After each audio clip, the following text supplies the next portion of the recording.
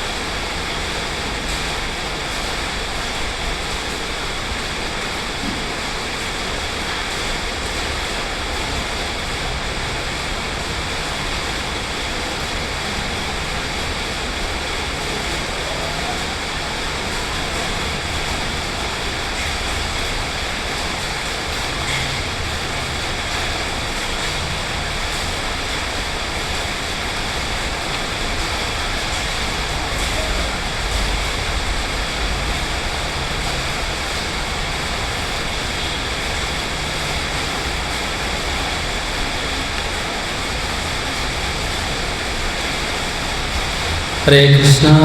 ಎಲ್ಲ ಭಗವದ್ಗೀತೆಯ ಜ್ಞಾನ ಜಿಜ್ಞಾಸುಗಳಿಗೆ ಸ್ವಾಗತ.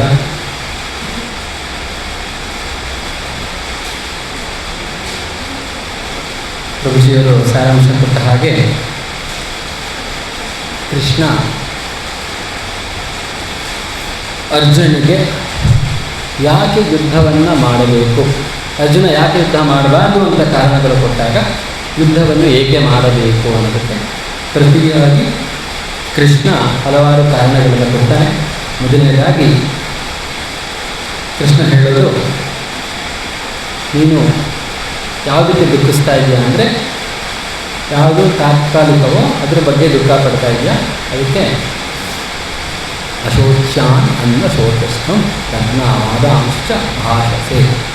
ನೀನು ತುಂಬ ಪ್ರಜ್ಞೆ ಇರುವ ರೀತಿಯಲ್ಲಿ ಮಾತಾಡ್ತಾ ಇದೆಯಾ, ಆದರೆ ನೀನು ಯಾವುದಕ್ಕೆ ಶೋಕ ಪಡ್ತಾ ಇದೆಯಲ್ಲ ಅದು ಪಂಡಿತರು ಆ ವಿಚಾರ ಯಾವತ್ತೂ ಶೋಕ ಪಟ್ಟಿಲ್ಲ. ನೀನು ಪಡ್ತಾ ಇದೆಯಾ ಅಂದರೆ ನೀನು ಪಂಡಿತನ ಥರ ಮಾತಾಡ್ತಾ ಇದೆಯಾ ಅಷ್ಟೇ, ಪಂಡಿತ ಅಲ್ಲ. ಇಂಡೈರೆಕ್ಟಾಗಿ ನೀನು ಮೂರ್ಖ.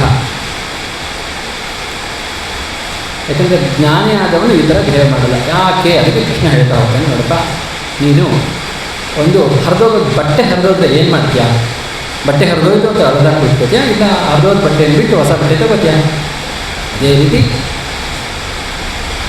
ವಾಸಾಂಸಿ ಜೀರ್ಣಾನಿ ಯಥಾ ವಿಹಾಯ ನರಾಣಿ ಗೃಹ್ಣಾತಿ ನರೋಪರಾಣಿ ತಥಾ ಶರೀರಾಣಿ ವಿಹಾಯ ಜೀರ್ಣಾನಿ ಅನ್ಯಾನಿ ಸಂಯಾತಿ ನವಾನಿ ದೇಹಿ.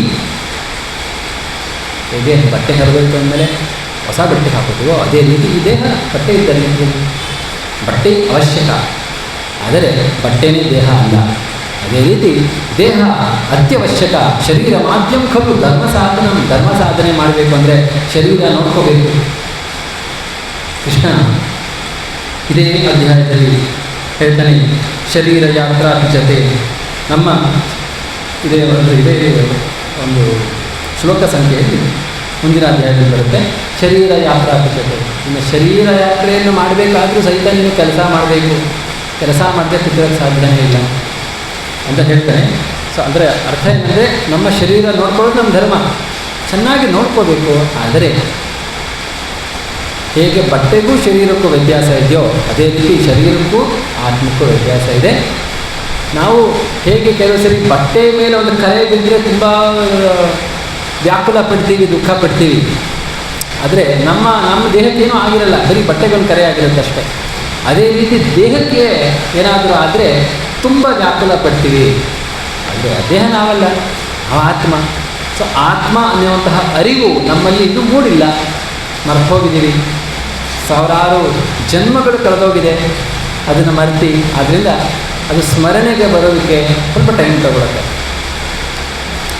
ನಾವು ಕೆಲವು ಸಿನಿಮಾಗಳಲ್ಲಿ ನೋಡಿರಬಹುದು, ಯಾರೋ ಪ್ರಯಾಣ ಮಾಡ್ತಾ ಇರ್ತಾರೆ, ಆಕ್ಸಿಡೆಂಟ್ ಆಗುತ್ತೆ, ತಲೆಗೆ ಪೆಟ್ಟು ಬೀಳುತ್ತೆ, ಮರೆತು ಹೋಗ್ತಾರೆ. ಮರೆತೋದ್ಮೇಲೆ ಇನ್ನೊಂದೇ ಜೀವನ ಶುರು ಮಾಡ್ತಾರೆ, ತಮ್ಮ ಸಂಬಂಧಿಗಳನ್ನೆಲ್ಲ ಮರೆತು ಹೋಗ್ತಾರೆ, ಹೊಸದಾಗಿ ಏನೋ ಜೀವನ ಶುರು ಮಾಡ್ತಾರೆ.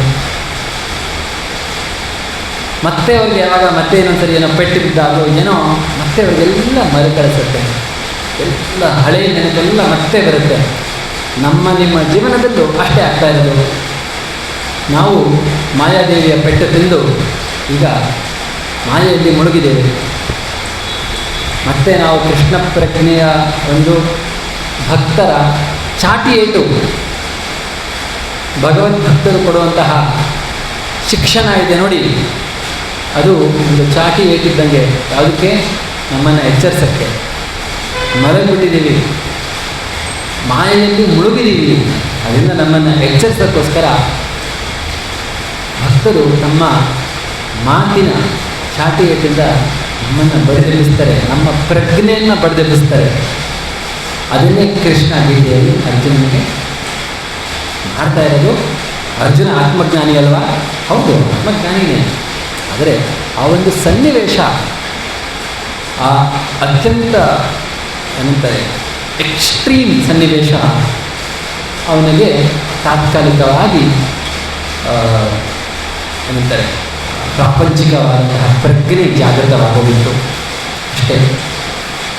ಆದರೆ ಅರ್ಜುನನ ಉದಾಹರಣೆಯಾಗಿ ಇಟ್ಟುಕೊಂಡು ನಿಮ್ಮೆಲ್ಲರಿಗೆ ಕೃಷ್ಣ ನೀಡ್ತಾ ಇರೋ ಬೋಧನೆ ಇದು. ಅದಕ್ಕೆ ಶಂಕರಾಚಾರ್ಯರು ಹೇಳ್ತಾರೆ, ಪಾರ್ಥೋ ವತ್ಸಃ ಸುಧೀರ್ ಭೋಕ್ತ ಯುದ್ಧಂ ಗೀತಾಮೃತ ಮಹತ್. ಗೀತೆ ಅನ್ನುವಂತಹ ಅಮೃತ ಹಾಲು ಹೇಗೆ ಹಸುವಿನ ಹಾಲು ಕೇವಲ ಕರುವಿಗೆ ಮಾತ್ರ ಅಲ್ಲ, ಕರುವಿನ ಮುಂದಿಟ್ಕೊಂಡು ನಾವು ಕರ್ಕೊಂಡ್ಬಿಡ್ತೀವಿ. ಕರು ಸ್ವಲ್ಪ ಕೊಟ್ಬಿಟ್ಟು ಬಾಕಿಯೆಲ್ಲ ನಾವು ಕರ್ಕೊಂಡ್ಬಿಟ್ಟು ನಾವು ಬಳಸ್ಕೊತೀವಿ. ಅದೇ ರೀತಿ ಹಾಲು ಕೊಡಬೇಕು ಅಂದರೆ ಕೃಷ್ಣ ಗೀತಾಮೃತವನ್ನು ನುಡಿಬೇಕು ಅಂತಂದರೆ ಒಂದು ಕರು ಬೇಕಿತ್ತು. ಆ ಕರುನೇ ಅರ್ಜುನ. ಅರ್ಜುನ ಹಿಂದೆ ಇಲ್ಲ ಅಂದರೆ ಕೃಷ್ಣ ಗೀತೆ ಹೇಳ್ತಾ ಇರಲಿಲ್ಲ. ಆದರೆ ಆ ಹೇಳಿದ ಗೀತೆ ಅರ್ಜುನಿಗೆ ಮಾತ್ರ ಅಲ್ಲ, ಅದು ಇನ್ಫ್ಯಾಕ್ಟ್ ಅರ್ಜುನನಿಗಿನ ಹೆಚ್ಚಾಗಿ ನಮಗೆಲ್ಲ, ನಿಮ್ಮೆಲ್ಲರಿಗೆ ಬೇಕಾದದ್ದು.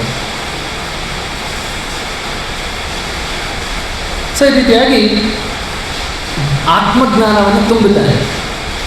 ತದನಂತರ ಅವನಿಗೆ ಸ್ವಧರ್ಮ ಅಂದರೆ ಏನು, ಸ್ವಧರ್ಮದ ಬಗ್ಗೆ ನಾವು ಸಂಕ್ಷಿಪ್ತವಾಗಿ ಚರ್ಚೆ ಮಾಡಿದ್ವಿ. ಹೇಗೆ ನಮ್ಮ ಸ್ವಧರ್ಮದಲ್ಲಿ ನಾವು ಪ್ರತಿಯೊಬ್ಬರೂ ಒಂದು ಪ್ರವೃತ್ತಿಯಲ್ಲಿ ಜನ್ಮವನ್ನು ಪಡಿತೀವಿ. ಆ ಪ್ರವೃತ್ತಿಯಲ್ಲಿ ಕಾರ್ಯಪ್ರವೃತ್ತರಾಗಿ ನಾವು ಸಮಾಜದಲ್ಲಿ ಇದ್ದುಕೊಂಡು ಸಮಾಜಕ್ಕೂ ಒಳಿತನ್ನು ಮಾಡಿ ನಮ್ಮ ಆತ್ಮಜ್ಞಾನವನ್ನು ಹೆಚ್ಚಿಸ್ಕೊಂಡು ನಾವು ಪರಮಾತ್ಮನಿಗೂ ಹತ್ತಿರ ಆಗಬೇಕು ಅನ್ನುವಂತಹ ಸಂಗತಿಯನ್ನು ಕೃಷ್ಣ ಹೇಳ್ತಾ ಇದ್ದಾನೆ. ಏಕೆಂದರೆ ಅಡ್ವಾಂಟೇಜ್ ಏನು ಅಂತಂದರೆ ನಮ್ಮ ಪ್ರವೃತ್ತಿ ನಮಗೆ ಸುಲಭವಾಗಿ ನಾವು ಅದನ್ನು ಜಾಗೃತಿಗೊಳಿಸ್ಕೋಬೋದು. ನಮ್ಮಲ್ಲಿ ಆಗಲೇ ಆ ಕಲೆ ಇರುತ್ತೆ, ಹುದುಗಿರುತ್ತೆ, ಆವರಿಸಿರುತ್ತೆ. ಅದನ್ನು ಮತ್ತೆ ನಾವು ಅನ್ಕವರ್ ಮಾಡಬೇಕು. ಅದು ನಮ್ಮ ಗುರುಕುಲದಲ್ಲಿ ಮುಂಚೆ ಕೊಡ್ತಾ ಇದ್ದ ಶಿಕ್ಷಣ. ಗುರುಕುಲ ಯಾಕೆ ಉತ್ತಮವಾದ ಶಿಕ್ಷಣ ಪದ್ಧತಿ, ಈಗಿನ ಆಧುನಿಕ ಶಿಕ್ಷಣ ಪದ್ಧತಿಗೆ ಹೋಲಿಕೆ ಮಾಡಿದ್ರೆ ಗುರುಕುಲ ಯಾಕೆ ಉತ್ತಮ ಅಂತಂದರೆ ಅದು ನಮ್ಮ ಭಾರತೀಯದ್ದು ಅದಕ್ಕೋಸ್ಕರ ಅಂತ ಅಲ್ಲ. ಅದರಲ್ಲಿದ್ದಂತಹ ಸೈನ್ಸ್, ವಿಜ್ಞಾನ ಏನಿದೆ. ಯಾಕಂದರೆ ಗುರುಕುಲದಲ್ಲಿ ಅವ್ರು ಏನು ಮಾಡ್ತಾಯಿದ್ರು ಅಂದರೆ ನಿನ್ನಲ್ಲಿರುವಂತಹ ಪ್ರವೃತ್ತಿಯನ್ನು ಜಾಗೃತಗೊಳಿಸ್ತಾ ಇದ್ರು, ಅದನ್ನು ಬಲಪಡಿಸ್ತಾ ಇದ್ರು. ಇವಾಗ ಅರ್ಜುನನಿಗೆ ಬಿಲ್ಲು ವಿದ್ಯೆಯಲ್ಲಿ ಎಕ್ಸ್ಪರ್ಟು, ಅವನಿಗೆ ಗದಾಯುದ್ಧ ಬರಲ್ಲ ಅಂತಲ್ಲ, ಆದರೆ ಬಿಲ್ವಿದ್ಯೆಯಲ್ಲಿ ಎಕ್ಸ್ಪರ್ಟೈಸ್ ಇತ್ತು, ಹಂಗೆ ಅಲ್ಲಿ ಹೆಚ್ಚು ಅಬಿಲಿಟಿ ಇತ್ತು. ಎಲ್ಲರಿಗೂ ಒಂದೇ ಸಬ್ಜೆಕ್ಟ್ ಹೇಳ್ಕೊಡ್ಲಿಲ್ಲ, ಎಲ್ಲರೂ ದ್ರೋಣಾಚಾರ್ಯ ಜೊತೆ ಕಲಿತರು. ಆದರೆ ಅರ್ಜುನನಿಗೆ ಬಿಲ್ವಿದ್ಯೆ, ಭೀಮಸೇನಿಗೆ ಗದಾಯುದ್ಧ. ಯಾರು ಯಾವ ಯಾವ ಒಂದು ಶಾಸ್ತ್ರದಲ್ಲಿ ಪರಿಣಿತಿ ಹೊಂದಕ್ಕೆ ಅವರಲ್ಲಿ ಸ್ಕಿಲ್ ಇತ್ತೋ ಅದನ್ನು ತುಂಬಿದ್ರು ಚೆನ್ನಾಗಿ. ಅದೇ ರೀತಿ ನಮ್ಮ ಆಧುನಿಕ ಶಿಕ್ಷಣದಲ್ಲೂ ಹಂಗೆ ಆಗಬೇಕಿತ್ತು. ಆದರೆ ಆಧುನಿಕ ಶಿಕ್ಷಣ ಪದ್ಧತಿಯ ಫೌಂಡೇಶನ್ ನೋಡಿದ್ರೆ ನಾವು ಯಾಕೆ ಅವರು ಆಧುನಿಕ ಶಿಕ್ಷಣ ಪದ್ಧತಿನ ಶುರು ಮಾಡಿದ್ರು ಅಂದರೆ, ನಮ್ಮ ಭಾರತೀಯರನ್ನು ಉತ್ತಮ ಪ್ರಜೆಗಳನ್ನಾಗಿ ಮಾಡಬೇಕು ಅಂತಲ್ಲ, ಅವರಿಗೆ ಬ್ರಿಟಿಷರು ಇದನ್ನು ಶುರು ಮಾಡಿದ್ದು ನಮಗೆಲ್ಲ ಗೊತ್ತೇ ಇದೆ. ಅವರಿಗೆ ಅವರ ಆಫೀಸ್ಗಳಲ್ಲಿ ಗುಮಾಸ್ತರಾಗಿ ಕೆಲಸ ಮಾಡುವಂತಹ ಕ್ಲರ್ಕ್ಸ್ ಬೇಕಾಗಿತ್ತು, ಆಫೀಸರ್ಸ್ ಬೇಕಾಗಿತ್ತು, ಬ್ರಿಟಿಷರ ಕೈ ಕೆಳಗೆ ದುಡಿಯುವಂತಹ ಜನ ಬೇಕಾಗಿತ್ತು. ನಮ್ಮ ಭಾರತೀಯ ಜನಸಂಖ್ಯೆ ಕೋಟ್ಯಾಂತರ ಇತ್ತು, ಬ್ರಿಟಿಷರ ಜನಸಂಖ್ಯೆ ಕೇವಲ ಲಕ್ಷದಲ್ಲಿ ಇತ್ತು. ಅಷ್ಟು ಜನರು ನಮ್ಮನ್ನು ಆಳಬೇಕು ಅಂತಂದರೆ ಗುಮಾಸ್ತರು ಬೇಕಾಗಿತ್ತು. ಆ ಗುಮಾಸ್ತರನ್ನು ಸೃಷ್ಟಿ ಮಾಡಬೇಕಿತ್ತು. ಒಂದು ಇನ್ನೊಂದೇನು ಮಾಡಬೇಕಿತ್ತು ಅವ್ರಿಗೆ ಅಂತಂದರೆ, ಅವರ ಧರ್ಮ ಪ್ರಚಾರ ಮಾಡಬೇಕಿತ್ತು, ಕ್ರಿಶ್ಚಿಯನ್ನರ ಧರ್ಮವನ್ನು ಪ್ರಚಾರ ಮಾಡಬೇಕಿತ್ತು. ನಮ್ಮ ಭಾರತೀಯರಲ್ಲಿ ನಮ್ಮ ಭಾರತೀಯ ಸಂಸ್ಕೃತಿ ಯಥೇಚ್ಛವಾಗಿ ತುಂಬು ತುಳುಕತಾ ಇದ್ದರೆ ನಾವು ಅವರನ್ನು ಮೂಸು ನೋಡೋದಿಲ್ಲ. ಅದಕ್ಕೆ ಇವರಿಗೆ ಇವರ ಸಂಸ್ಕೃತಿ, ಇವರ ಒಂದು ಆಚಾರ ವಿಚಾರ ಅದರ ಮೇಲೆ ಅಪನಂಬಿಕೆ ಬರೋ ರೀತಿಯಲ್ಲಿ ಪ್ರಚಾರ ಮಾಡಿದ್ರು. ಎಷ್ಟು ಬಲವಾಗಿ ಪ್ರಚಾರ ಮಾಡಿದ್ರು ಅಂತಂದರೆ, ಇವತ್ತಿಗೂ ಸಹಿತ ನಮ್ಮ ಭಾರತೀಯರಿಗೆ ನಾವು ನಮ್ಮ ಸಂಸ್ಕೃತಿಯನ್ನು ಎಳೆದುಕೊಂಡು ನಾವು ಭಾರತೀಯರು ನಮ್ಮ ಸಂಸ್ಕೃತಿ ಶ್ರೇಷ್ಠ ಅಂತ ಹೇಳುವಂತಹ ಆತ್ಮಗೌರವ ಇವತ್ತಿಗೂ ಬಂದಿಲ್ಲ. ಇವತ್ತಿಗೂ ನಾವು ಹೆದರ್ಕೋತೀವಿ, ಹೊರಗಡೆ ಕುಂಕುಮ ಇಟ್ಕೊಂಡು ಹೆದರ್ಕೋತೀವಿ, ಯಾರನ್ನ ಆಡ್ಕೊಂಡ್ಬಿಡ್ತಾರೆ ಅಂತ ಅಲ್ವಾ, ಉದಾಹರಣೆ ಕೊಟ್ಟಿದ್ದಷ್ಟೇ. ಸೊ ಈ ರೀತಿಯಾಗಿ ನಮ್ಮಲ್ಲಿ ಕೀಳರಿಮೆಯನ್ನು ತುಂಬಿದ್ರು ಅವರ ಎಜುಕೇಷನ್ ಸಿಸ್ಟಮಿಂದ. ಹಾಗತ್ತಾ ಅದರಲ್ಲಿ ಇರೋದೆಲ್ಲ ಕೆಟ್ಟದು ಅಂತ ಅಲ್ಲ.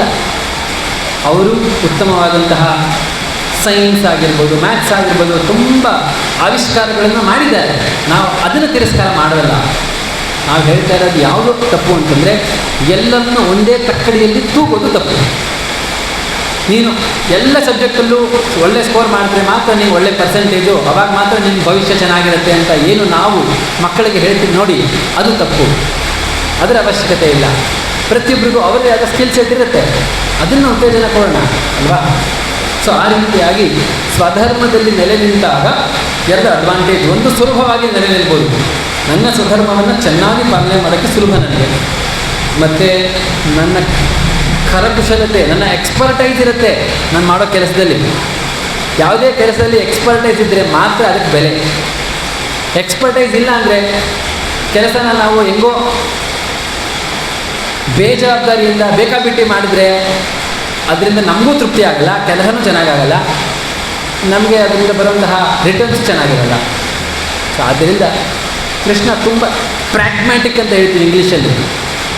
ಕೃಷ್ಣ ಕೊಡುವಂತಹ ಸಮಸ್ಯೆಗೆ ಪರಿಹಾರಗಳು ಅಥವಾ ಅವನು ತೋರಿಸುವಂಥ ಮಾರ್ಗ ಇದೆ ನೋಡಿ, ಅದು ಕೇವಲ ಭಗವದ್ಗೀತೆ ಒಳಗಡೆ ಇರಬಾರ್ದು, ನಮ್ಮ ನಿಮ್ಮೆಲ್ಲರ ಜೀವನದಲ್ಲಿ ಇಳಿಬೇಕು. ಅದಕ್ಕೋಸ್ಕರ ನಾವು ಏನು ಶನಿವಾರ ಕ್ಲಾಸ್ ಮಾಡ್ತಾ ಇದ್ದೀವಿ. ಇದನ್ನು ನಾವು ಅರ್ಥ ಮಾಡಿಕೊಂಡು ನಮ್ಮ ಜೀವನಕ್ಕೆ ಹೇಗೆ ಇಳಿಸ್ಕೋಬೇಕು ಭಗವದ್ಗೀತೆನ, ಅದಕ್ಕೋಸ್ಕರ ಗೀತೆನ ನಾವೇನು ಮಾಡಿಬಿಟ್ಟಿದ್ದೀವಿ ಅಂತಂದರೆ, ನಮ್ಮ ಮನೆಯಲ್ಲಿ ಲೈಬ್ರರಿಯಲ್ಲಿ ನೀಟಾಗಿ ಇಟ್ಟಿರ್ತೀವಿ ಆಯಿತಾ.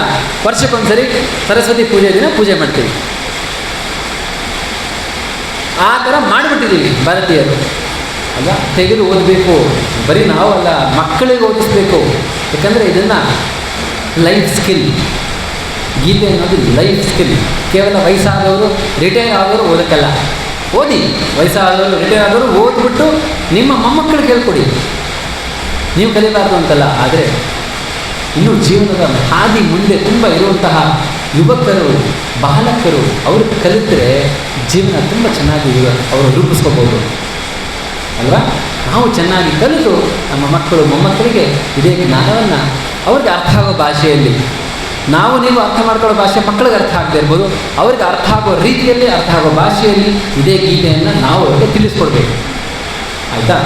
ಸೊ ಅದೇ ರೀತಿ ಕೃಷ್ಣ ಕ್ಷತ್ರಿಯ ಧರ್ಮ, ನೀನು ಅರ್ಜುನ ಕ್ಷತ್ರಿಯನಾಗಿ ಹುಟ್ಟಿದ ಮೇಲೆ ನೀನು ಬೇರೆ ಧರ್ಮ ಅಂದರೆ ಬ್ರಾಹ್ಮಣರ ಧರ್ಮ ಆಗಿರ್ಬೋದು, ಸನ್ಯಾಸ ಧರ್ಮ ಆಗಿರ್ಬೋದು, ಅದನ್ನು ಪಾಲನೆ ಮಾಡ್ತೀನಿ ಅಂದರೆ ನಿನ್ನ ಒಂದು ಮನೋಪ್ರವೃತ್ತಿಗಳು ಅದಕ್ಕೆ ಸಪೋರ್ಟ್ ಮಾಡೋದಿಲ್ಲ. ಉದಾಹರಣೆ ಕೃಷ್ಣ ಹೇಳೋದು, ನೀನು ಭಿಕ್ಷೆ ಬೇಡ್ತೀನಿ ಬ್ರಾಹ್ಮಣ ಥರ ಅಂತ ಹೋಗ್ತೀಯ, ಮನೆಗೆ ಹೋಗ್ತೀಯ. ಭಿಕ್ಷೆ ಬೇಡಿದಾಗ ಒಬ್ಬರ ಮನೆಗೆ ಭವತಿ ಭಿಕ್ಷಾ ಅಂತ ಅಂದಾಗ ಅವ್ರು ಇವತ್ತೇನು ಇಲ್ಲ ಹೋಗಪ್ಪ ಅಂತ ಹೇಳಿದ್ರೆ ನೀನು ಕತ್ತಿ ತೆಗಿತೀಯ. ಯಾಕಂದರೆ ಕ್ಷತ್ರಿಯರಿಗೆ ಆ ರೀತಿ ನಿರಾಕರಿಸೋದು ಅವ್ರು ತಡ್ಕೊಳಕ್ಕಾಗಲ್ಲ, ಅವರ ಪ್ರವೃತ್ತಿ ಅದು. ಅದರಿಂದ ನಿನ್ನ ಪ್ರವೃತ್ತಿಯ ಪ್ರಕಾರ ಕೆಲಸ ಮಾಡಿದ್ರೆ ನಿನಗೂ ತೃಪ್ತಿ, ನಿನಗೂ ಆನಂದ, ಕೆಲಸನೂ ಚೆನ್ನಾಗಾಗುತ್ತೆ. ಇಲ್ಲಿ ಅವಶ್ಯಕತೆ ಇದೆ, ರಾಜ್ಯದ ಅವಶ್ಯಕತೆ ಇದೆ. ಎಲ್ಲರೂ ಸನ್ಯಾಸತ್ವ ತಗೊಂಡ್ಬಿಟ್ರೆ ರಾಜ್ಯ ಆಳೋರು ಯಾರು? ರಾಜ್ಯ ಆಳೋದು ಬಹಳ ಮುಖ್ಯ. ಯಾಕಂದರೆ ಉತ್ತಮ ರಾಜ ಇದ್ದರೆ ಮಾತ್ರ, ಯಥಾ ರಾಜ ತಥಾ ಪ್ರಜಾ, ಉತ್ತಮ ರಾಜ ಇದ್ದರೆ ಮಾತ್ರ ಒಂದು ಸಮಾಜ ಸರಿಯಾದ ಹಾದಿಯಲ್ಲಿ ಸಾಗಲಿಕ್ಕೆ ಸಾಧ್ಯ. ಇವತ್ತು ನಾವು ನೋಡ್ತೀವಿ ಎಕ್ಸಾಂಪಲ್, ಆಯಿತಾ? ಇವತ್ತು ಸೊಸೈಟಿಯಲ್ಲಿ ಯಾಕೆ ಇಷ್ಟೊಂದೆಲ್ಲ ಸಮಸ್ಯೆಗಳು ಗೊತ್ತಾ? ಒಂದು ಮೂಲ ಕಾರಣ ನಮ್ಮನ್ನು ಆಳ್ತಾ ಇರುವಂತಹ ರಾಜಕಾರಣಿಗಳು. ಅವರು ಅವರ ಸ್ವಧರ್ಮದಲ್ಲಿ ಇಲ್ಲ. ಅವರೇನಾದರೂ ಸ್ವಧರ್ಮದಲ್ಲಿ ಇದ್ದಿದ್ದರೆ ಅವರು ವ್ಯಾಲ್ಯೂ ಬೇಸ್ಡ್ ರಾಜಕಾರಣ ಮಾಡ್ತಾಯಿದ್ರು. ಕೃಷ್ಣನ ಸಮಯದಲ್ಲಿ ಅರ್ಜುನ ಒಂದು ಸಾರಿ ದ್ವಾರಕೆಗೆ ಹೋಗಿದ್ದಾಗ ಅಲ್ಲಿ ಒಬ್ಬ ಬ್ರಾಹ್ಮಣ ಬರ್ತಾನೆ. ಬಂದು ಹೇಳ್ತಾನಂತೆ, ನನ್ನ ಮಗ ಸತ್ತೋಗಿದ್ದಾನೆ. ತಂದೆ ಇರಬೇಕಾದ್ರೆ ಮಗ ಸಾಯೋದು ಅತ್ಯಂತ ಅಸಾಧಾರಣ.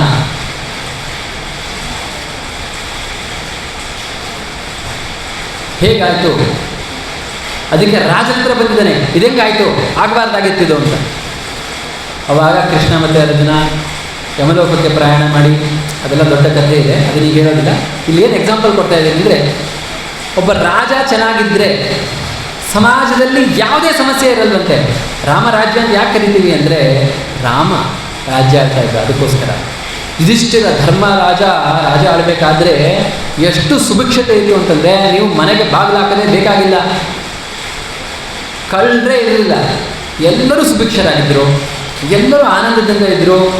ಇನ್ಫ್ಯಾಕ್ಟ್ ಹಸುಗಳಲ್ಲಿ ಹಾಲು ಕರೆಯೋದು ಬಿಡಿ, ಇವಾಗಂತೂ ಮಿಷಿನ್ ಹಾಕೊಂಡು ಚೆನ್ನಾಗಿ ಹಿಂಡ್ತಾರೆ. ಅವಾಗ ತಾನೇ ಹಾಲು ಸುರಿತಾ ಇತ್ತಂತೆ, ಭೂಮಿಯೆಲ್ಲ ತ್ಯಾವ ಮಾಡ್ತಾ ಇತ್ತಂತೆ, ಅಷ್ಟು ಹಾಲು ಬರ್ತಾ ಇತ್ತಂತೆ. ಚಿನ್ನ ಇವಾಗ ಭೂಮಿಯನ್ನು ಕೊರೆದು ತೆಗಿತಾ ಇದ್ದೀವಿ ಚಿನ್ನನ. ಇವಾಗ ಬೆಟ್ಟದ ಮೇಲೆ ಹೇಗೆ ನಮಗೆ ಕಲ್ಲು ಸಿಗುತ್ತೋ ಆ ರೀತಿ ಚಿನ್ನ ಸಿಗ್ತಾ ಇತ್ತಂತೆ, ಯಾರಿಗೂ ಬೇಕಾಗಿರಲಿಲ್ಲ. ಅದು ನಿಜವಾದ ಸುಭಿಕ್ಷತೆ. ಅದು ಸಾಧ್ಯ ಆಗಬೇಕು ಅಂದರೆ ರಾಜ ತುಂಬ ಚೆನ್ನಾಗಿರಬೇಕು. ಅದಕ್ಕೆ ರಾಜನಿಗೆ ನರದೇವ ಅಂತ ಹೆಸರು. ದೇವತೆಗಳನ್ನು ಪ್ರತಿನಿಧಿ ಮಾಡಿಸ್ತಾನೆ ಜನರಿಗೆ. ನಾವು ದೇವತೆಗಳನ್ನ ಕಣ್ಣಾರೆ ಕಾಣೋಕ್ಕಾಗದೇ ಇರ್ಬೋದು, ರಾಜನ ಆ ಸ್ಥಾನದಲ್ಲಿ, ದೇವತೆಗಳ ಸ್ಥಾನದಲ್ಲಿ ಇಟ್ಟು ಪೂಜೆ ಮಾಡ್ತಾರಂತೆ. ಅಷ್ಟು ಯೋಗ್ಯತೆ ಇರಬೇಕಲ್ಲ. ಆ ಯೋಗ್ಯತೆ ಇಲ್ಲ ರಾಜನಲ್ಲಿ ಅಂತಂದರೆ ರಾಜ್ಯ ಚೆನ್ನಾಗಿ ನಡೆಸೋಕ್ಕೆ ಸಾಧ್ಯ ಇಲ್ಲ. ಇವಾಗಿರೋ ರಾಜಕಾರಣಿಗಳು ಅವರು ಸ್ವಧರ್ಮದಲ್ಲಿ ಇಲ್ಲ, ಅಲ್ಲಿ ಬೇರೆ ಒಂದು ಆಸೆಗೋಸ್ಕರ ಹೋಗಿದ್ದಾರೆ ಅಷ್ಟೇ. ರಾಜಕಾರಣ ಮಾಡೋಕ್ಕೆ ಏನೋ ಹಣ ಮಾಡ್ಬೋದು ಅಂತನೋ, ಅಥವಾ ಪವರ್, ಜನರನ್ನು ನಾನು ಹಿಡಿದಿಟ್ಕೋಬಹುದು, ಯಾವುದೋ ಒಂದು ಬೇರೆ ಕಾರಣಕ್ಕೆ ಹೋಗಿದ್ದಾರೆ. ಆದ್ದರಿಂದ ಅವರು ಚೆನ್ನಾಗಿ ಕೆಲಸ ಮಾಡ್ತಾ ಇಲ್ಲ, ಪ್ರಜೆಗಳು ನೆಮ್ಮದಿಯಿಂದ ಇಲ್ಲ. ಅದಕ್ಕೆ ಸ್ವಧರ್ಮ ಅನ್ನೋದು ಬಹಳ ಇಂಪಾರ್ಟೆಂಟ್. ನಿಮ್ಮೆಲ್ಲರ ಸ್ವಧರ್ಮವನ್ನು ಅರ್ಥ ಮಾಡಿಕೊಂಡು ಸ್ವಧರ್ಮದಲ್ಲಿ ಚೆನ್ನಾಗಿ ಸೇವೆ ಮಾಡೋದನ್ನು ಕೃಷ್ಣ ಚೆನ್ನಾಗಿ ಒತ್ತಿ ಹೇಳ್ತಾರೆ. ಅದಾದ ಮೇಲೆ ಇವತ್ತಿನ ಶ್ಲೋಕವನ್ನು ನಾವು ಚರ್ಚೆ ಮಾಡೋಣ. ಎಲ್ಲರೂ ಹೇಳಿ, ಯೇಷಾ ತೇ ಧಿಹಿತಾ ಸಾಂಖ್ಯೇ ಬುದ್ಧಿರ್ಯೋಗೇ ತ್ವಿಮಾಂ ಶೃಣು ಬುದ್ಧ್ಯಾ ಯುಕ್ತೋ ಯಯಾ ಪಾರ್ಥ ಕರ್ಮಬಂಧಂ ಪ್ರಹಾಸ್ಯಸಿ.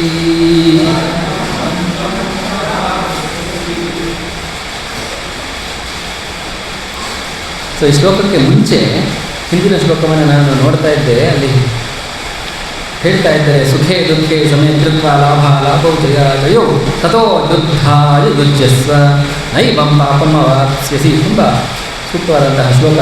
ಏನು ಅಂತಂದರೆ, ಒಬ್ಬ ಸ್ವಧರ್ಮದಲ್ಲಿ ತಾನು ಕರ್ತವ್ಯ ಪಾಲನೆ ಮಾಡ್ತಾ ಇದ್ದಾಗ ಅವನು ಕರ್ತವ್ಯಪರನಾಗಿದ್ದಾನೆ.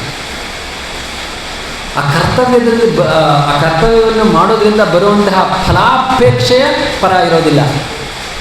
ಅದಕ್ಕೆ ಕೃಷ್ಣ ಗೀತೆಯಲ್ಲಿ ಮುಂದೆ ಹೇಳ್ತಾನೆ, 2.43 ಹೇಳ್ತಾನೆ, ನಮಗೆಲ್ಲ ತುಂಬ ಚೆನ್ನಾಗಿ ಗೊತ್ತಿರೋ ಶ್ಲೋಕ.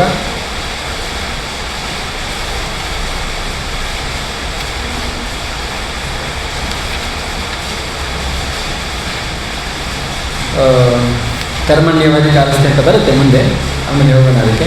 ಸೊ ಈ ರೀತಿಯಾಗಿ ಒಬ್ಬ ಕರ್ತವ್ಯ ಪ್ರವೃತ್ತನಾಗಿದ್ದಾಗ ಅವನು ಕರ್ತವ್ಯದಲ್ಲಿ ಬರುವಂತಹ ಲಾಭ ನಷ್ಟ ಜಯ ಅಪಜಯ ಅದ್ರ ಬಗ್ಗೆ ಫೋಕಸ್ ಮಾಡಲ್ಲ, ತನ್ನ ಕರ್ತವ್ಯದಲ್ಲಿ ನೆಲೆ ನಿಂತಿರ್ತಾನೆ.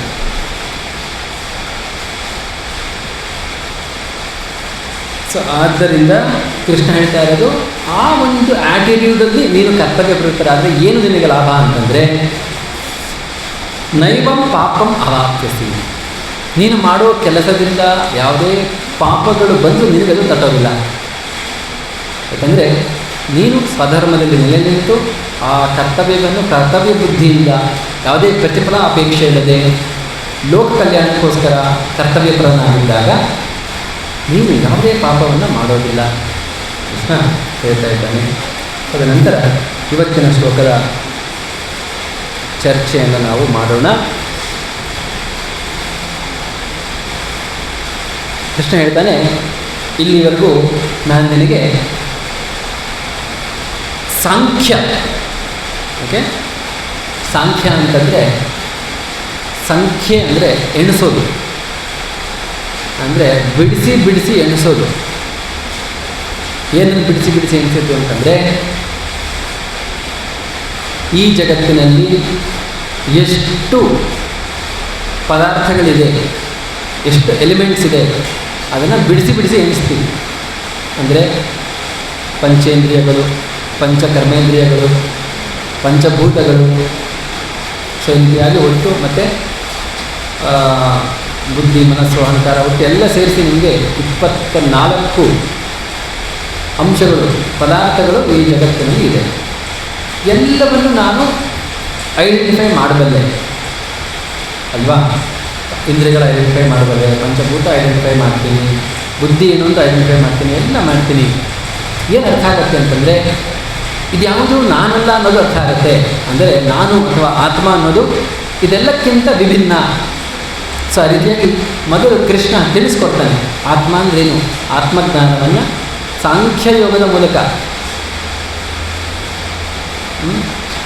ತತ್ವಜ್ಞಾನದಿಂದ ಬಿಡಿಸಿ ಬಿಡಿಸಿ ಹೇಗೆ ನೀನು ದೇಹ ಅಲ್ಲ ಆತ್ಮ, ಅದಕ್ಕೆ ಉದಾಹರಣೆ ಕೊಟ್ಕೊಂಡು ತಿಳಿಸ್ತಾನಲ್ಲ, ಅದು ಏಷಾ ತೇವಿಹಿತ ಸಾಂಖ್ಯೆ.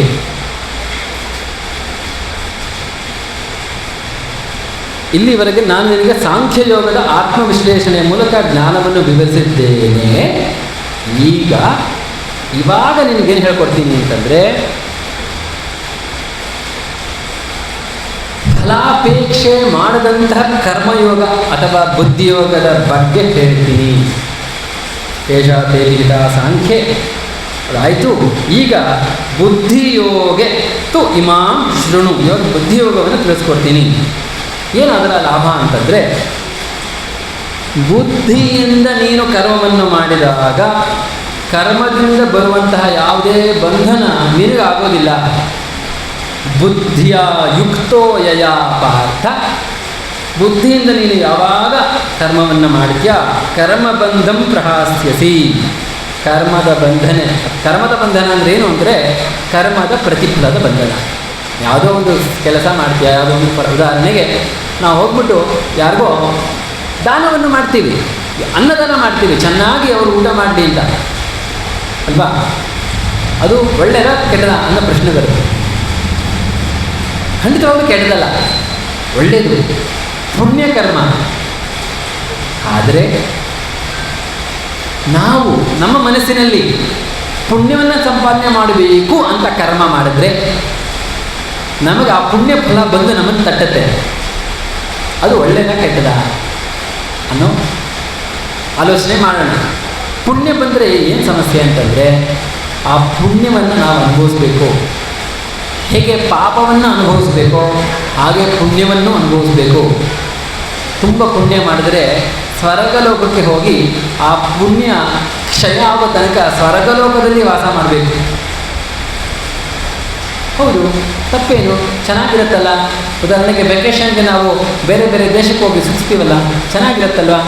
ಹೇಗೆ ಚೆನ್ನಾಗಿ ದುಡಿದು ಸ್ವಲ್ಪ ಹಣ ಉಳಿಸಿ ವರ್ಲ್ಡ್ ಟೂರ್ ಎಲ್ಲ ಮಾಡ್ತಾರಲ್ವ, ಅದೇ ರೀತಿ ಚೆನ್ನಾಗಿ ಪುಣ್ಯವನ್ನು ಮಾಡಿ ಸ್ವಲ್ಪ ಪುಣ್ಯ ಉಳಿಸ್ಕೊಂಡ್ಬಿಟ್ಟು ಸ್ವರ್ಗಲೋಕದಲ್ಲಿ ಒಂದು ಟೂರ್ ಮಾಡ್ಕೊಂಡ್ಬಂದ್ರೆ ಏನು ತಪ್ಪು ಅನ್ನೋ ಪ್ರಶ್ನೆ ಬರುತ್ತೆ. ತಪ್ಪೇನೂ ಇಲ್ಲ, ಸಮಯ ವ್ಯರ್ಥ ಆಗುತ್ತಷ್ಟೆ. ಏಕೆಂದರೆ ಈ ಭೂಮಿ ನಾವೇನಿದ್ದೀವಿ ಇದಕ್ಕೆ ಕರ್ಮಭೂಮಿ ಅಂತಾರೆ. ಬೇರೆ ಕಡೆ ಅದು ಭೋಗಭೂಮಿ, ಇದು ಯೋಗ ಭೂಮಿ. ಭಾರತ ಎಷ್ಟು ವಿಶೇಷ ಅಂತಂದರೆ ಇಲ್ಲಿ ನಾವು ಯೋಗವನ್ನು ಮಾಡಿ ಕೃಷ್ಣ ಅಥವಾ ಪರಮಾತ್ಮನನ್ನು ಸಾಕ್ಷಾತ್ಕಾರ ಮಾಡಿಕೊಳ್ಳೋದು ಬಹಳ ಸುಲಭ. ಯಾಕಂದರೆ ಆ ವ್ಯವಸ್ಥೆ ಇದೆ, ಫೆಸಿಲಿಟಿ ಇದೆ, ಸೌಕರ್ಯ ಇದೆ, ತಿಳಿದಂತಹ ಜ್ಞಾನಿಗಳಿದ್ದಾರೆ. ಅದೇ ನಿಮಗೆ ಭಾರತ ದೇಶ ಬಿಟ್ಟು ಹೊರಗಡೆ ತುಂಬ ಕಷ್ಟ ಇತ್ತು ಮುಂಚೆ. ಆದರೆ ನಮ್ಮ ಆಚಾರ್ಯರಾದಂತಹ ಶ್ರೀ ಪ್ರಭುಪಾದರು ಜಗತ್ತನ್ನು 14 ಬಾರಿ ಸುತ್ತಿ 108 ಕೃಷ್ಣ ದೇವಸ್ಥಾನ ಸ್ಥಾಪನೆ ಮಾಡಿ ಎಲ್ಲ ಕಡೆಯೂ ಕೃಷ್ಣನ ಜ್ಞಾನ ಸಿಗಲಿ ಅನ್ನುವಂತಹ ಒಂದು ಉದಾತ್ತ ಮನೋಭಾವದಿಂದ ಕೃಷ್ಣ ಪ್ರಜ್ಞೆ ಎಲ್ಲ ಕಡೆ ಸ್ಥಾಪನೆ ಮಾಡಿದ್ರು. ಸರಿ, ಆದರೆ ಭಾರತ ಅಥವಾ ಈ ಭೂಲೋಕವನ್ನು ಬಿಟ್ಟು ಬೇರೆ ಲೋಕಕ್ಕೆ ಹೋದರೆ ಅಲ್ಲಿ ನೀವು ಕರ್ಮವನ್ನು ಅನುಭವಿಸ್ಬೇಕಷ್ಟೇ, ಹೊಸ ಕರ್ಮವನ್ನು ಪಡೆಯೋಕ್ಕೆ ಸಾಧ್ಯ ಇಲ್ಲ. ಮತ್ತು ಸ್ವರ್ಗಲೋಕದಲ್ಲಿ ಎಷ್ಟು ಡಿಸ್ಟ್ರ್ಯಾಕ್ಷನ್ಸ್ ಇರುತ್ತೆ ಅಂತಂದರೆ ಕೂತ್ಕೊಂಡು ಜಪ ಮಾಡೋಕ್ಕೆಲ್ಲ ಟೈಮ್ ಇರಲ್ಲ ನಿಮಗೆ. ಅಲ್ಲ ಅಪ್ಸರೆ ನೃತ್ಯ ಮಾಡ್ತಾ ಇರ್ತಾರೆ, ಎಲ್ಲಿ ಜಪ ಮಾಡ್ತೀರಾ ಅಲ್ವಾ, ತುಂಬ ಕಷ್ಟ ಇರುತ್ತೆ. ಸೊ ಆದ್ದರಿಂದ ಭಕ್ತಿ ಯೋಗವನ್ನು ಮಾಡೋಕ್ಕೆ ಸ್ವರ್ಗಲೋಕ ಸೂಕ್ತ ಅಲ್ಲ. ಅಥವಾ ಯಾವುದೇ ಯೋಗ, ಭಕ್ತಿ ಯೋಗ ಬಿಡಿ, ಯಾವುದೇ ಯೋಗ ಮಾಡೋಕ್ಕೂ ಸ್ವರ್ಗಲೋಕ ಸೂಕ್ತ ಅಲ್ಲ. ಈ ಒಂದು ಭೂಲೋಕದಲ್ಲೇ ಚೆನ್ನಾಗಿ ಯೋಗವನ್ನು ಮಾಡ್ಬೋದು. ಅದೇ ಸ್ವರ್ಗಲೋಕಕ್ಕೆ ಒಂದು ಸರಿ ಎಂಟ್ರಿ ಕೊಟ್ಟರೆ ಅಲ್ಲಿಂದ ಬರಬೇಕು ಅಂದರೆ ಇಲ್ಲಿ ಸಾವಿರಾರು ಲಕ್ಷಾಂತರ ವರ್ಷ ಆಗೋಗಿರುತ್ತೆ. ಸೊ ತುಂಬ ಟೈಮ್ ವೇಸ್ಟ್ ಆಗುತ್ತಲ್ಲ, ಅವಶ್ಯಕತೆ ಏನು? ಮತ್ತು ಇನ್ನೊಂದು ಸಮಸ್ಯೆ ಏನು ಗೊತ್ತಾ, ಕೃಷ್ಣನ ಲೀಲೆಯಲ್ಲಿ ಒಬ್ಬ ರಾಜ ಮೃಗ ಅಂತ, ಅವನೇನು ಮಾಡ್ತಾನೆ ಅಂತಂದರೆ, ಕೃಷ್ಣ ತನ್ನ ಮಕ್ಕಳ ಜೊತೆಯಲ್ಲಿ ಆಟ ಆಡ್ತಾ ಇರ್ತಾನೆ. ಚೆಂಡು ಹೋಗಿ ಒಂದು ಪಾಳು ಬಾವಿಯಲ್ಲಿ ಬೀಳುತ್ತೆ. ಅಲ್ಲಿ ಹೋಗಿ ನೋಡಿದಾಗ ಅಲ್ಲೊಂದು ದೊಡ್ಡ ಹಲ್ಲಿ ಇರುತ್ತೆ. ಬಾಲ್ ತಗೋಬೇಕಾದ್ರೆ ಒಂದು ಹಲ್ಲಿ ಇರುತ್ತೆ. ಸೊ ಹಲ್ಲಿಯನ್ನು ಕೃಷ್ಣನ ಸ್ಪರ್ಶ ಆಗುತ್ತಲ್ಲ, ಆಗ ಹಲ್ಲಿ ಮತ್ತೆ ಮಾನವ ರೂಪ ಪಡ್ಕೊಂಡ್ಬಿಡುತ್ತೆ. ಆಗ ಯಾರಪ್ಪ ನೀನು ಅಂತ ಕೇಳಿದಾಗ, ನಾನು ಮೃಗ ಅಂತ ಒಬ್ಬ ರಾಜ ಎಷ್ಟು ಪುಣ್ಯ ಮಾಡಿದ್ದ ಅಂತಂದರೆ, ಅವನು ಸ್ವರ್ಗಕ್ಕೆ ಹೋಗಿದ್ರೆ ಕೋಟ್ಯಾಂತರ ವರ್ಷಗಳು ಸ್ವರ್ಗದಲ್ಲಿ ಕಳೀಬೇಕಿತ್ತು. ಅಷ್ಟೊಂದು ಪುಣ್ಯ ಮಾಡಿಬಿಟ್ಟಿದ್ದ, ಅಷ್ಟೊಂದು ದಾನ ಧರ್ಮ ಮಾಡಿಬಿಟ್ಟಿದ್ದ. ಒಂದು ಬಾರಿ ಒಂದು ಮಿಸ್ಟೇಕ್ ಆಯಿತು. ಏನು ಮಿಸ್ಟೇಕು ಅಂತಂದರೆ, ಯಾರೋ ಒಬ್ಬ ಬ್ರಾಹ್ಮಣನಿಗೆ ದಾನ ಮಾಡಿದ ಹಸು ವಾಪಸ್ ಬಂದು ಇವರ ಕೊಟ್ಟಿಗೆಗೆ, ರಾಜನ ಕೊಟ್ಟಿಗೆಗೆ ಸೇರ್ಕೊಂಡ್ಬಿಡ್ತು. ಸಾಮಾನ್ಯ ಅಲ್ಲೇ ಮನೆ ಇದ್ದಿದ್ದು, ಅದಕ್ಕೆ ಮುಂಚೆ ದಾನ ಮಾಡಿ ಕೊಟ್ಟಿದ್ದಾಯಿತು, ಹೋಗಿದ್ದಾಯಿತು ಅದು. ಮತ್ತು ಅದಕ್ಕೆ ಇಲ್ಲೇ ಯಾರೋ ಫ್ರೆಂಡ್ಸ್ ಇತ್ತು ಅನ್ಸುತ್ತೆ, ವಾಪಸ್ ಬಂದ್ಬಿಟ್ಟು. ರಾಜನಿಗೆ ಗೊತ್ತಿಲ್ಲ ಅದು. ಮತ್ತು ಇನ್ನೊಬ್ಬ ಬ್ರಾಹ್ಮಣ ಬಂದ, ದಾನ ಮಾಡಬೇಕಾದ್ರೆ ಈ ಹಸು ಸೇರ್ಕೊಂತ ಜೊತೆಗೆ ಅದನ್ನು ದಾನ ಮಾಡ್ದ. ಮೊದಲು ದಾನ ಸ್ವೀಕಾರ ಮಾಡಿದಂತಹ ಬ್ರಾಹ್ಮಣ, ನನಗೆ 100 ಹಸು ಕೊಟ್ಟಿದ್ದು 99 ಹಸು ಇದೆಯಲ್ಲ, ಒಂದು ಹಸು ಕಾಣೆಯಾಗಿದೆಯಲ್ಲ ಅಂತ ವಾಪಸ್ ಬಂದು ನೋಡಿದೆ.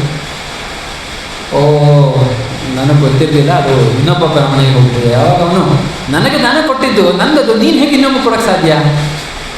ಯಾಕಂದರೆ ನನಗೆ ದಾನ ಕೊಟ್ಟಮೇಲೆ ಅದು ನನ್ನ ಸೊತ್ತಾಯಿತು. ನೀನು ರಾಜ, ಇನ್ನೊಬ್ರು ಅದಕ್ಕೆ ಕೊಟ್ಟೆ. ಸಾರಿ, ಏನೋ ಮಿಸ್ಟೇಕ್ ಆಯಿತು, ಅದೊಂದು ಹಸು ಅಲ್ವಾ, ನಿಮ್ಗೆ ಬೇಕಾದ್ರೆ ಇನ್ನೂ 100 ಹಸು ಕೊಡ್ತೀನಿ, ಪ್ಲೀಸ್ ಅಂಡರ್ಸ್ಟ್ಯಾಂಡ್ ಅಂದಾಗ, ಇಲ್ಲ ನನಗೆ ದಾನ ಕೊಟ್ಟಮೇಲೆ ಅದು ನಂದಾಗಿತ್ತು, ಅದೇನು ಇನ್ನೊಬ್ಬರಿಗೆ ಹೋಗ್ತು ಬಿಡು, ನಾನು ಸ್ವೀಕಾರ ಮಾಡಲ್ಲ ಅಂದ್ಬಿಟ್ಟು ಅವನು ವಾಪಸ್ ಬರ್ತಾನೆ. ಒಂದು ತಪ್ಪು, ಅದು ಗೊತ್ತಿಲ್ಲದೆ ಮಾಡಿದ ತಪ್ಪು. ಸರಿ, ಮೃಗ ಮಹಾರಾಜನ ದೇಹಾಂತ್ಯ ಆಯಿತು. ಆಮೇಲೆ ಅವನ ಯಮಪುರಿಗೆ ಕರ್ಕೊಂಡು ಹೋಗ್ತಾರೆ. ಅವನ ಅಕೌಂಟ್ ಬುಕ್ ಓಪನ್ ಮಾಡ್ತಾರೆ. ಅಕೌಂಟ್ ಬುಕ್ ಓಪನ್ ಮಾಡಿ ಇವನ ಅಕೌಂಟಲ್ಲಿ ಸಿಕ್ಕಾಪಟ್ಟೆ ಕ್ರೆಡಿಟ್ ಇದೆ, ಒಂದೇ ಒಂದು ಡೆಬಿಟ್ ಆಗಿಬಿಟ್ಟಿದೆ, ಏನದು ಅಂದರೆ ಇದೊಂದು ತಪ್ಪಾಗಿದೆ. ಅವಾಗ ಹೇಳ್ತಾರೆ, ನೋಡಪ್ಪ ನೀನು ಫಸ್ಟು ನಿನ್ನ ಆ ಪಾಪ ಏನಿದೆ ಅದನ್ನು ಅನುಭವಿಸ್ತೀಯಾ ಅಥವಾ ನಿನ್ನ ಸುಖ ಅನುಭವಿಸ್ತೀಯಾ ಅಂತ ಆಪ್ಷನ್ಸ್ ಕೊಡ್ತಾರೆ. ಆಗ ಅವನು ಹೇಗಿದ್ದರೂ ಮುಂದೆ ಭವಿಷ್ಯ ಚೆನ್ನಾಗಿದೆ, ಸಿಕ್ಕಾಪಟ್ಟೆ ಸುಖ ಪಡಬೇಕು, ಒಂದು ಸ್ವಲ್ಪ ಪಾಪ ಏನು ಅಂದರೆ ಅನುಭವಿಸ್ಬಿಡ್ತೀನಿ, ಫಸ್ಟ್ ಅದನ್ನೇ ಕೊಡಿ ಅಂತ ಕೇಳ್ತಾರೆ. ಸರಿ, ನೀನು ಮಾಡಿದ ತಪ್ಪಿಗೆ ಒಂದು ಹಲ್ಲಿಯಾಗು, ನಿಮಗೆ ಅಷ್ಟೊಂದು ಪುಣ್ಯ ಮಾಡಿದ್ಯಾ, ಭಗವಂತನ ದರ್ಶನ ಆಗುತ್ತೆ ಅಂತ ಹೇಳ್ತಾರೆ. ಸೊ ಆ ರೀತಿಯಾಗಿ ಎಷ್ಟೋ ಪುಣ್ಯ ಮಾಡಿ ಬೈ ಮಿಸ್ಟೇಕ್ ಒಂದು ಪಾಪ ಮಾಡಿದ್ದಕ್ಕೆ ಅದಕ್ಕೂ ಸಫರ್ ಆಗಬೇಕಾ? ಅದೇ ಸಮಸ್ಯೆ. ನಾವು ಖುಷಿಯಿಂದ ಎಂಜಾಯ್ ಮಾಡ್ಬೇಕಾದ್ರೆ ಬರೀ ಎಂಜಾಯ್ ಮಾಡ್ತಾ ಇರಲ್ಲ, ಗೊತ್ತಿದ್ದು ತಪ್ಪು ಮಾಡಿಬಿಡ್ತೀವಿ, ಅದಕ್ಕೆ ದುಃಖ ಅನುಭವಿಸ್ಬೇಕಾ? ಸೊ ಅದಕ್ಕೋಸ್ಕರ ನಾವು ಇದೇ ಅನ್ನದಾನ ಮಾಡಿ, ಆದರೆ ನಾನು ಮಾಡಿದೆ, ನನಗೋಸ್ಕರ ಮಾಡಿದೆ, ಪುಣ್ಯ ಸಂಪಾದನೆಗೋಸ್ಕರ ಮಾಡಿದೆ ಅನ್ನೋ ಥಾಟ್ಸ್ ಇಟ್ಕೋಬೇಡಿ. ಯಾವುದಕ್ಕೆ ಮಾಡಿದೆ ಅದನ್ನು? ಜನರಿಗೆ ಒಳ್ಳೆಯದಾಗಲಿ ಅನ್ನೋ ಒಂದು ನಿಸ್ವಾರ್ಥ ಭಾವದಲ್ಲಿ ಮಾಡಿ, ಅಥವಾ ಭಗವಂತ ನನಗೋಸ್ಕರ ಒಂದು ಸ್ವಲ್ಪ ಫೆಸಿಲಿಟಿ ಕೊಟ್ಟಿದ್ದಾನೆ, ಅವರಿಗೆ ಸೇವೆ ಮಾಡೋಕ್ಕೆ ನಾನು ದಾನ ಮಾಡ್ತಾ ಇರೋದು, ನಾನು ದಾನಿ ಅಂತ ಮಹಾದಾನಿ ಅಂತಲ್ಲ, 4 ಜನಕ್ಕೆ ಸೇವೆ ಮಾಡುವಂತಹ ಭಾಗ್ಯ ಕೊಟ್ಟಿದ್ದಾನೆ, ಅವರಿಗೆ ಆಹಾರ ಕೊಡುವಂತಹ ಸೇವೆಯನ್ನು ನನಗೆ ಕೊಟ್ಟಿದ್ದಾನೆ ಅನ್ನೋ ಭಾವದಲ್ಲಿ ಮಾಡಿ, ಅದೇ ಅನ್ನದಾನ. ಆ ಭಾವದಲ್ಲಿ ಮಾಡಿದಾಗ ನಮಗೆ ಅದರಿಂದ ಯಾವುದೇ ನೆಗೆಟಿವ್ ಎಫೆಕ್ಟ್ ಆಗೋದಿಲ್ಲ. ಅದು ಬಿಟ್ಟು ನಮಗೆ ಭಕ್ತಿಯೋನ್ಮುಖ ಸುಕೃತಿ ನಮ್ಮ ಅಕೌಂಟಲ್ಲಿ ಡೆಪಾಸಿಟ್ ಆಗುತ್ತೆ. ಸೊ ಅದರಿಂದ ನಾವು ಕೆಲಸವನ್ನು ಬದಲಾಯಿಸಬೇಕಾಗಿಲ್ಲ, ಕೆಲಸದ ಹಿಂದೆ ನಮ್ಮ ಆಲೋಚನೆ, ನಮ್ಮ ಭಾವ, ನಮ್ಮ ಆ್ಯಟಿಟ್ಯೂಡ್ ಅದನ್ನು ತಿದ್ದುಕೋಬೇಕು. ಅದನ್ನೇ ಕೃಷ್ಣ ಹೇಳ್ತಾ ಇರೋದು. ಅದಕ್ಕೋಸ್ಕರ ಬುದ್ಧಿಯೋಗ ಅಂತ ಕರಿತಾ ಇದ್ದಾನೆ ಕೃಷ್ಣ ಇದನ್ನು. ಯಾಕೆ ಬುದ್ಧಿಯೋಗ ಅಂತಂದರೆ, ಬುದ್ಧಿಯನ್ನು ಬಳಸಿ ಮಾಡಬೇಕು ಯೋಗನ. ನಿನ್ನ ಥಾಟ್ಸ್, ನಿನ್ನ ಆ್ಯಟಿಟ್ಯೂಡ್ನ, ನಿನ್ನ ಬುದ್ಧಿಯನ್ನು ಬಳಸ್ಕೊಂಡು ತಿದ್ದುಕೋಬೇಕು. ಅದಕ್ಕೋಸ್ಕರ ಬುದ್ಧಿಯೋಗ. ಮತ್ತು ಯಾವಾಗ ನೀನು ಬುದ್ಧಿಯನ್ನು ಉಪಯೋಗಿಸಿ ಸರಿಯಾಗಿ ತಿದ್ದುಕೋತೀಯ, ಆವಾಗ ಅದು ಕೇವಲ ಪುಣ್ಯಕರ್ಮ ಆಗೋದಿಲ್ಲ, ಅದು ಕರ್ಮ ಯೋಗ ಆಗಿಬಿಡುತ್ತೆ. ಯೋಗ ಅಂತಂದ್ರೆ ಏನು? ಯೋಗ ಅಂದರೆ ಯಾವುದು ನಮ್ಮನ್ನು ಭಗವಂತನ ಜೊತೆ ಜೋಡಿಸತ್ತೋ, ಸೇರಿಸತ್ತೋ, ಅದಕ್ಕೆ ಯೋಗ. ಯಾವುದು ನಮ್ಮನ್ನು ಭಗವಂತನಿಂದ ದೂರ ಮಾಡುತ್ತೆ ಅದು ಯೋಗ ಅಲ್ಲ, ಅದು ಭೋಗ. ಸೊ ಅದರಿಂದ ಭಗವಂತನ ಹತ್ತಿರ ಹೋಗೋಕ್ಕೆ ಸಹಾಯ ಮಾಡುತ್ತೆ ಅದೇ ಕರ್ಮ, ಅದಕ್ಕೆ ಅದನ್ನು ಕರ್ಮಯೋಗ ಅಂತ ಕರಿತೀವಿ. ಆ ಕರ್ಮಯೋಗವನ್ನೇ ಭಕ್ತಿಯೋಗ ಅಂತಲೂ ಕರಿತೀವಿ. ಯಾಕಂದರೆ ನಮಗೆ ಭಗವಂತನ ಹತ್ತಿರ ಹೋಗಲಿಕ್ಕೆ ಸುಲಭ ಮಾಡುತ್ತೆ ಮಾರ್ಗ. ಅದಕ್ಕೆ ಬುದ್ಧಿಯೋಗ ಅಂದರೆ ಕರ್ಮಯೋಗ. ಬುದ್ಧಿಯಿಂದ ಮಾಡಿದಂತಹ ಕರ್ಮವನ್ನು ಕರ್ಮಯೋಗ ಅಥವಾ ಭಕ್ತಿಯೋಗ ಅಂತ ಪ್ರಭುಪಾದರು ಕರೀತಾರೆ.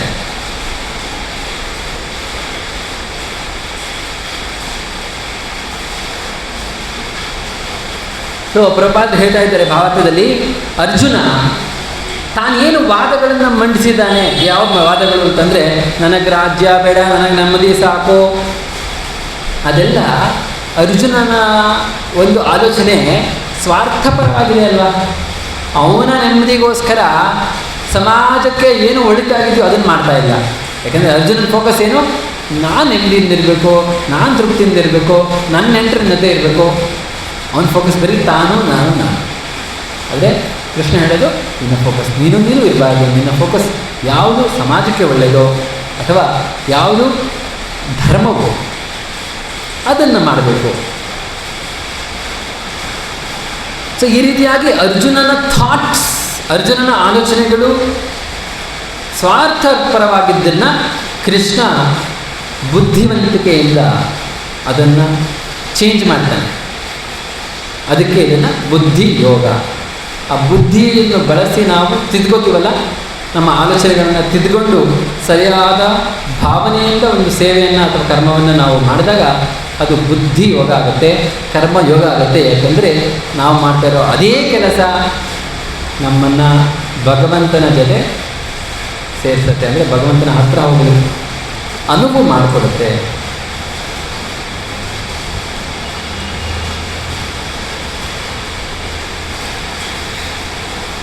ಪ್ರಭುಪಾದರು ಇನ್ನೂ ಒಂದು ಹಂತ ಮುಂದೆ ಹೋಗ್ತಾ ಇದ್ದಾರೆ. ಏನು ಹೇಳ್ತಾ ಇದ್ದಾರೆ ಅಂತಂದರೆ, ಸಾಮಾನ್ಯವಾಗಿ ನಾವು ಒಂದು ನಮ್ಮ ಪುರುಷ ಪ್ರಯತ್ನದಿಂದ ಸ್ವಲ್ಪ ನಮ್ಮ ಬುದ್ಧಿ ಎಷ್ಟಿದೆಯೋ ಅಷ್ಟು ನಾವು ಎಫರ್ಟ್ಸ್ ಹಾಕಬಹುದು. ಆದರೆ ಪರಮಾತ್ಮನನ್ನು ತಲುಪೋಕ್ಕೋಸ್ಕರ ನನ್ನ ಬುದ್ಧಿ ಸಾಕಾ ಅನ್ನೋಂಥ ಪ್ರಶ್ನೆ ಹಾಕ್ಕೊಂಡ್ರೆ ಖಂಡಿತವಾಗಲೂ ಸಾಕಾಗಲ್ಲ. ಯಾಕೆಂದರೆ ನನ್ನ ಬುದ್ಧಿಯಿಂದ ನಾನು ಕೇವಲ ಭೌತಿಕ ಪ್ರಪಂಚದಲ್ಲಿ ಸಿಕ್ಕಾಕ್ಕೊಂಡು ಒದ್ದಾಡಿದ್ದೀನಿ ಅಷ್ಟೇ, ನನ್ನ ಬುದ್ಧಿ ಉಪಯೋಗಿಸ್ಕೊಂಡು. ಅದಕ್ಕೆ ನಾನು ಏನು ಮಾಡಬೇಕು ಇವಾಗ ಅಂತಂದರೆ, ಸ್ವಂತ ಬುದ್ಧಿ ಉಪಯೋಗಿಸೋ ಅವಶ್ಯಕತೆ ಇಲ್ಲ. ಸ್ವಂತ ಬುದ್ಧಿ ಉಪಯೋಗಿಸ್ಬೇಕು ಸ್ವಲ್ಪ. ಏನು, ಭಗವದ್ಗೀತೆ ಪ್ರವಚನಕ್ಕೆ ಬರಬೇಕಾದ್ರೆ ಸ್ವಲ್ಪ ಬುದ್ಧಿ ಉಪಯೋಗಿಸ್ಕೊಂಡು ಬರಬೇಕು. ಇಲ್ಲಿಗೆ ಬಂದ ಮೇಲೆ ಯಾರು ಬುದ್ಧಿ ಉಪಯೋಗಿಸ್ಬೇಕು ನಾವೀಗ? ಕೃಷ್ಣ ಏನು ಹೇಳ್ಕೊಡ್ತಾನೆ ಆ ಬುದ್ಧಿಯನ್ನು ನಾವು ಕಲ್ತ್ಕೊಂಡು ಅದನ್ನು ಬಳಸಬೇಕು. ಅದನ್ನು ಬುದ್ಧಿಯೋಗ ಅಂತೀವಿ. ಸೊ ಬುದ್ಧಿಯೋಗ ಅಂತಂದರೆ ಕೇವಲ ನನ್ನ ಸ್ವಂತ ಬುದ್ಧಿಶಕ್ತಿಯಿಂದ ನಾನು ಮಾಡ್ತಾ ಇರೋದು ಅಂತಲ್ಲ. ಬುದ್ಧಿಶಕ್ತಿಯಿಂದ ಏನು ಮಾಡಿದೆ? ಒಂದು ಕೆಲಸ ಮಾಡಿದೆ. ನನ್ನ ಬುದ್ಧಿಶಕ್ತಿಯಿಂದ ನಾನು ಈ ಕ್ಷಣದಲ್ಲಿ ಈ ಪ್ರಪಂಚದಲ್ಲಿ ಎಲ್ಲಿ ಬೇಕಾದ್ರೆ ಇರಬೇಕಿತ್ತು. ಆದರೆ ನಾನು ನನ್ನ ನಿರ್ಧಾರವನ್ನು ಮಾಡಿ ಭಗವದ್ಗೀತೆ ಕ್ಲಾಸಿಗೆ ಬಂದೆ. ಅದು ನನ್ನ ಬುದ್ಧಿಯಿಂದ ಬಂದೆ. ಅಷ್ಟು ನಾವು ಮಾಡಬೇಕಾಗಿರೋ ಬುದ್ಧಿಯೋಗ.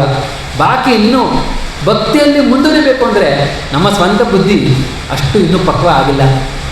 ಅದಕ್ಕೆ ಏನು ಮಾಡಬೇಕು ಅಂದರೆ ನಾವು ಕೃಷ್ಣನಿಗೆ ಶರಣಾಗಬೇಕು.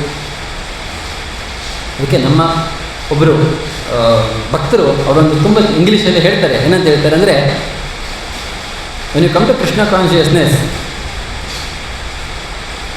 Do not surrender your intelligence, surrender with intelligence ಅಂತ ಹೇಳ್ತಾರೆ.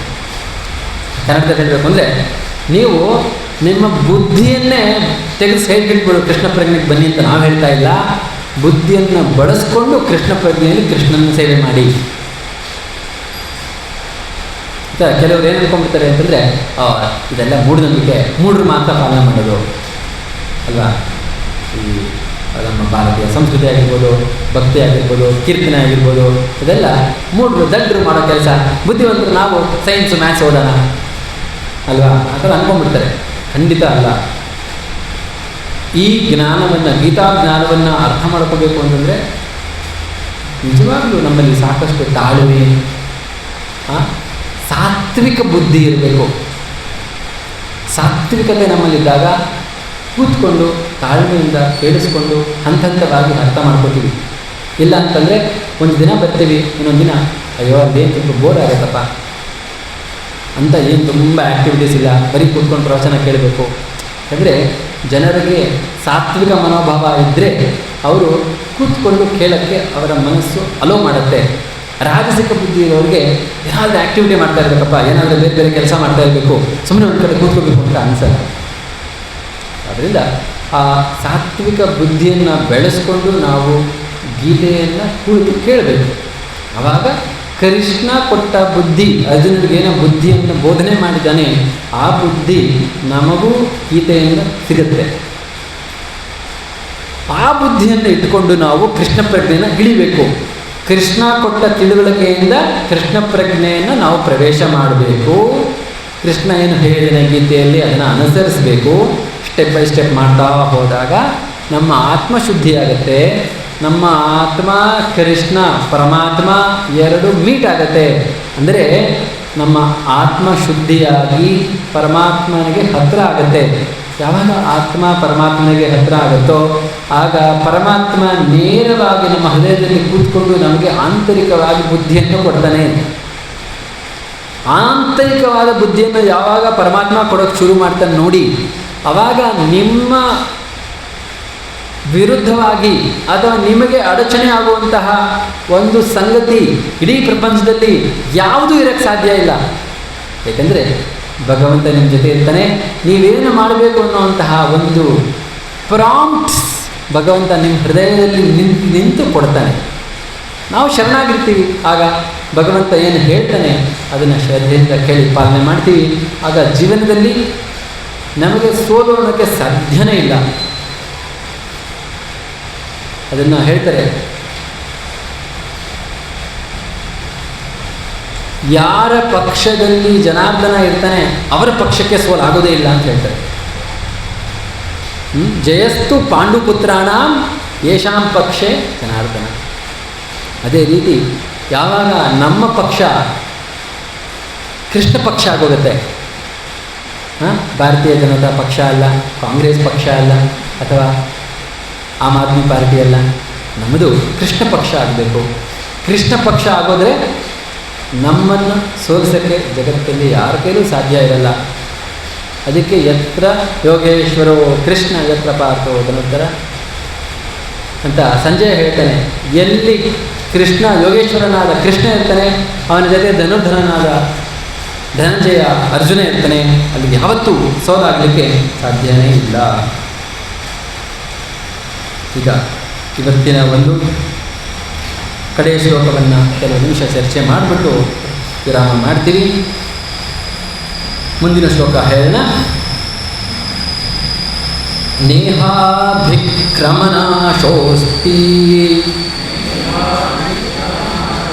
ಪ್ರತ್ಯವಾಯೋ ನ ವಿದ್ಯತೆ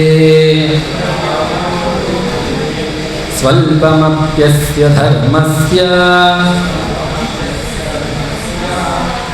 ತ್ರಾಯತೆ ಮಹತೋ ಭಯಾತ್. ನೇಹಾಭಿಕ್ರಮನಾಶೋಸ್ತಿ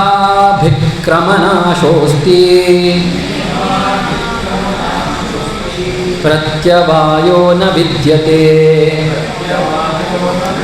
ಸ್ವಲ್ಪಮಪ್ಯಸ್ಯ ಧರ್ಮಸ್ಯ ತ್ರಾಯತೆ ಮಹತೋ ಭಯಾತ್. ಕೃಷ್ಣ ನಾನೇನು ಹೇಳಿದೆವು ಅದನ್ನೇ ಮಾತನ್ನು ಕೃಷ್ಣ ಹೇಳ್ತಾ ಇದ್ದಾನೆ. ನೇಹ ಅಭಿಕ್ರಮ ನಾಶೋಸ್ತಿ. ಈ ಒಂದು ಯೋಗದಲ್ಲಿ ಯಾರಾದರೂ ಒಂದು ಕೆಲಸವನ್ನು ಅಭಿಕ್ರಮ ತಮ್ಮ ಪ್ರಯತ್ನಪೂರ್ವಕವಾಗಿ ಮಾಡಿದರೆ ನ ನಾಶೋಸ್ತಿ. ನ ಇಹ ಅಭಿಕ್ರಮ ನಾಶೋಸ್ತಿ. ನ ಅಂದರೆ ನೋ, ಇಲ್ಲ, ನಾಶ, ನಾಶ ಇಲ್ಲ.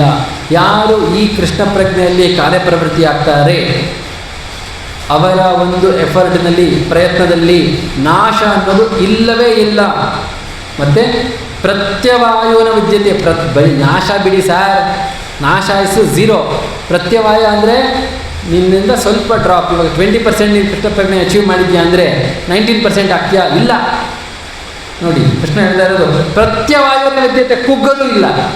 ನೀನು ಕೃಷ್ಣ ಪ್ರಜ್ಞೆಯಲ್ಲಿ ಶುರು ಮಾಡಿದ್ಯಾ ಅನ್ಕೋ, 1% ಬಂದ್ಯಾ ಅಂದರೆ ಮತ್ತೆ 0% ಆಗೋದೇ ಇಲ್ಲ, ಮುಂದೆ ಹೋಗ್ತಾನೇ ಇರ್ತೀಯ. ಸ್ವಲ್ಪ ಮುಖ್ಯಸ್ಯ ಧರ್ಮಸ್ಯ ತ್ರಾಯತೆ ಮಹತೋ ಭಯ. ಸ್ವಲ್ಪ ಧರ್ಮ ಮಾಡಿ ಸಾಕು, ಮಹಾನ್ ಭಯದಿಂದ ನಿಮ್ಮ ರಕ್ಷಣೆ ಆಗುತ್ತೆ ಅಂತ ಕೃಷ್ಣ ಗೀತೆಯಲ್ಲಿ ಹೇಳ್ತಾ ಇದ್ದಾನೆ.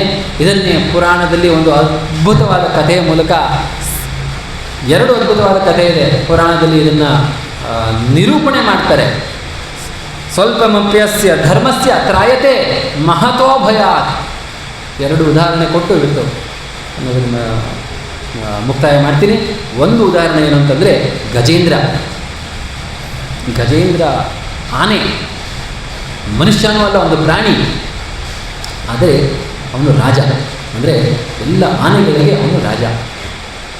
ಎಲ್ಲ ಬೇರೆ ಆನೆಗಳು ಅವನಿಗೆ ಸೇವೆ ಮಾಡ್ತಾ ಇರ್ತವೆ. ಅವನು ಒಂದು ಸರಿ ಕೆರೆಗೆ ಪ್ರವೇಶ ಮಾಡ್ತಾನೆ, ಚೆನ್ನಾಗಿ ಸ್ನಾನ ಮಾಡ್ಕೊಳ್ಳೋಣ. ಆನೆಗಳಿಗೆ ನೀರಲ್ಲಿ ಆಟ ಆಡೋಕ್ಕೆ ತುಂಬ ಇಷ್ಟ. ಪ್ರವೇಶ ಮಾಡ್ತಾನೆ, ತನ್ನ ಆನೆ ಹಿಂಡಿನ ಜೊತೆ ಪ್ರವೇಶ ಮಾಡ್ತಾನೆ. ಪ್ರವೇಶ ಮಾಡಿದಾಗ ಸ್ನಾನ ಮಾಡ್ತಾ ಇರ್ತಾನೆ. ಹಠಾತ್ತಾಗಿ ಒಂದು ಮೊಸಳೆ ಬಂದು ಅವನ ಪಾದವನ್ನು ಗಟ್ಟಿಯಾಗಿ ಹಿಡ್ಕೊಂಡ್ಬಿಡುತ್ತೆ.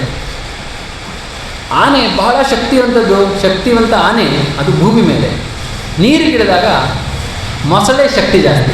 ಅದೇ ಮೊಸಳೆ ನೆಲಕ್ಕೆ ಬಂದಾಗ ನಾಯಿ ಸಹಿತ ಓಡಿಸ್ಕೊಂಡು ಹೋಗುತ್ತೆ ಅದನ್ನು. ಅದೇ ರೀತಿ ಇವಾಗ ಆನೆ ತನ್ನ ಸ್ವಧರ್ಮದಲ್ಲಿ ಇಲ್ಲ, ಪರಧರ್ಮದಲ್ಲಿದೆ.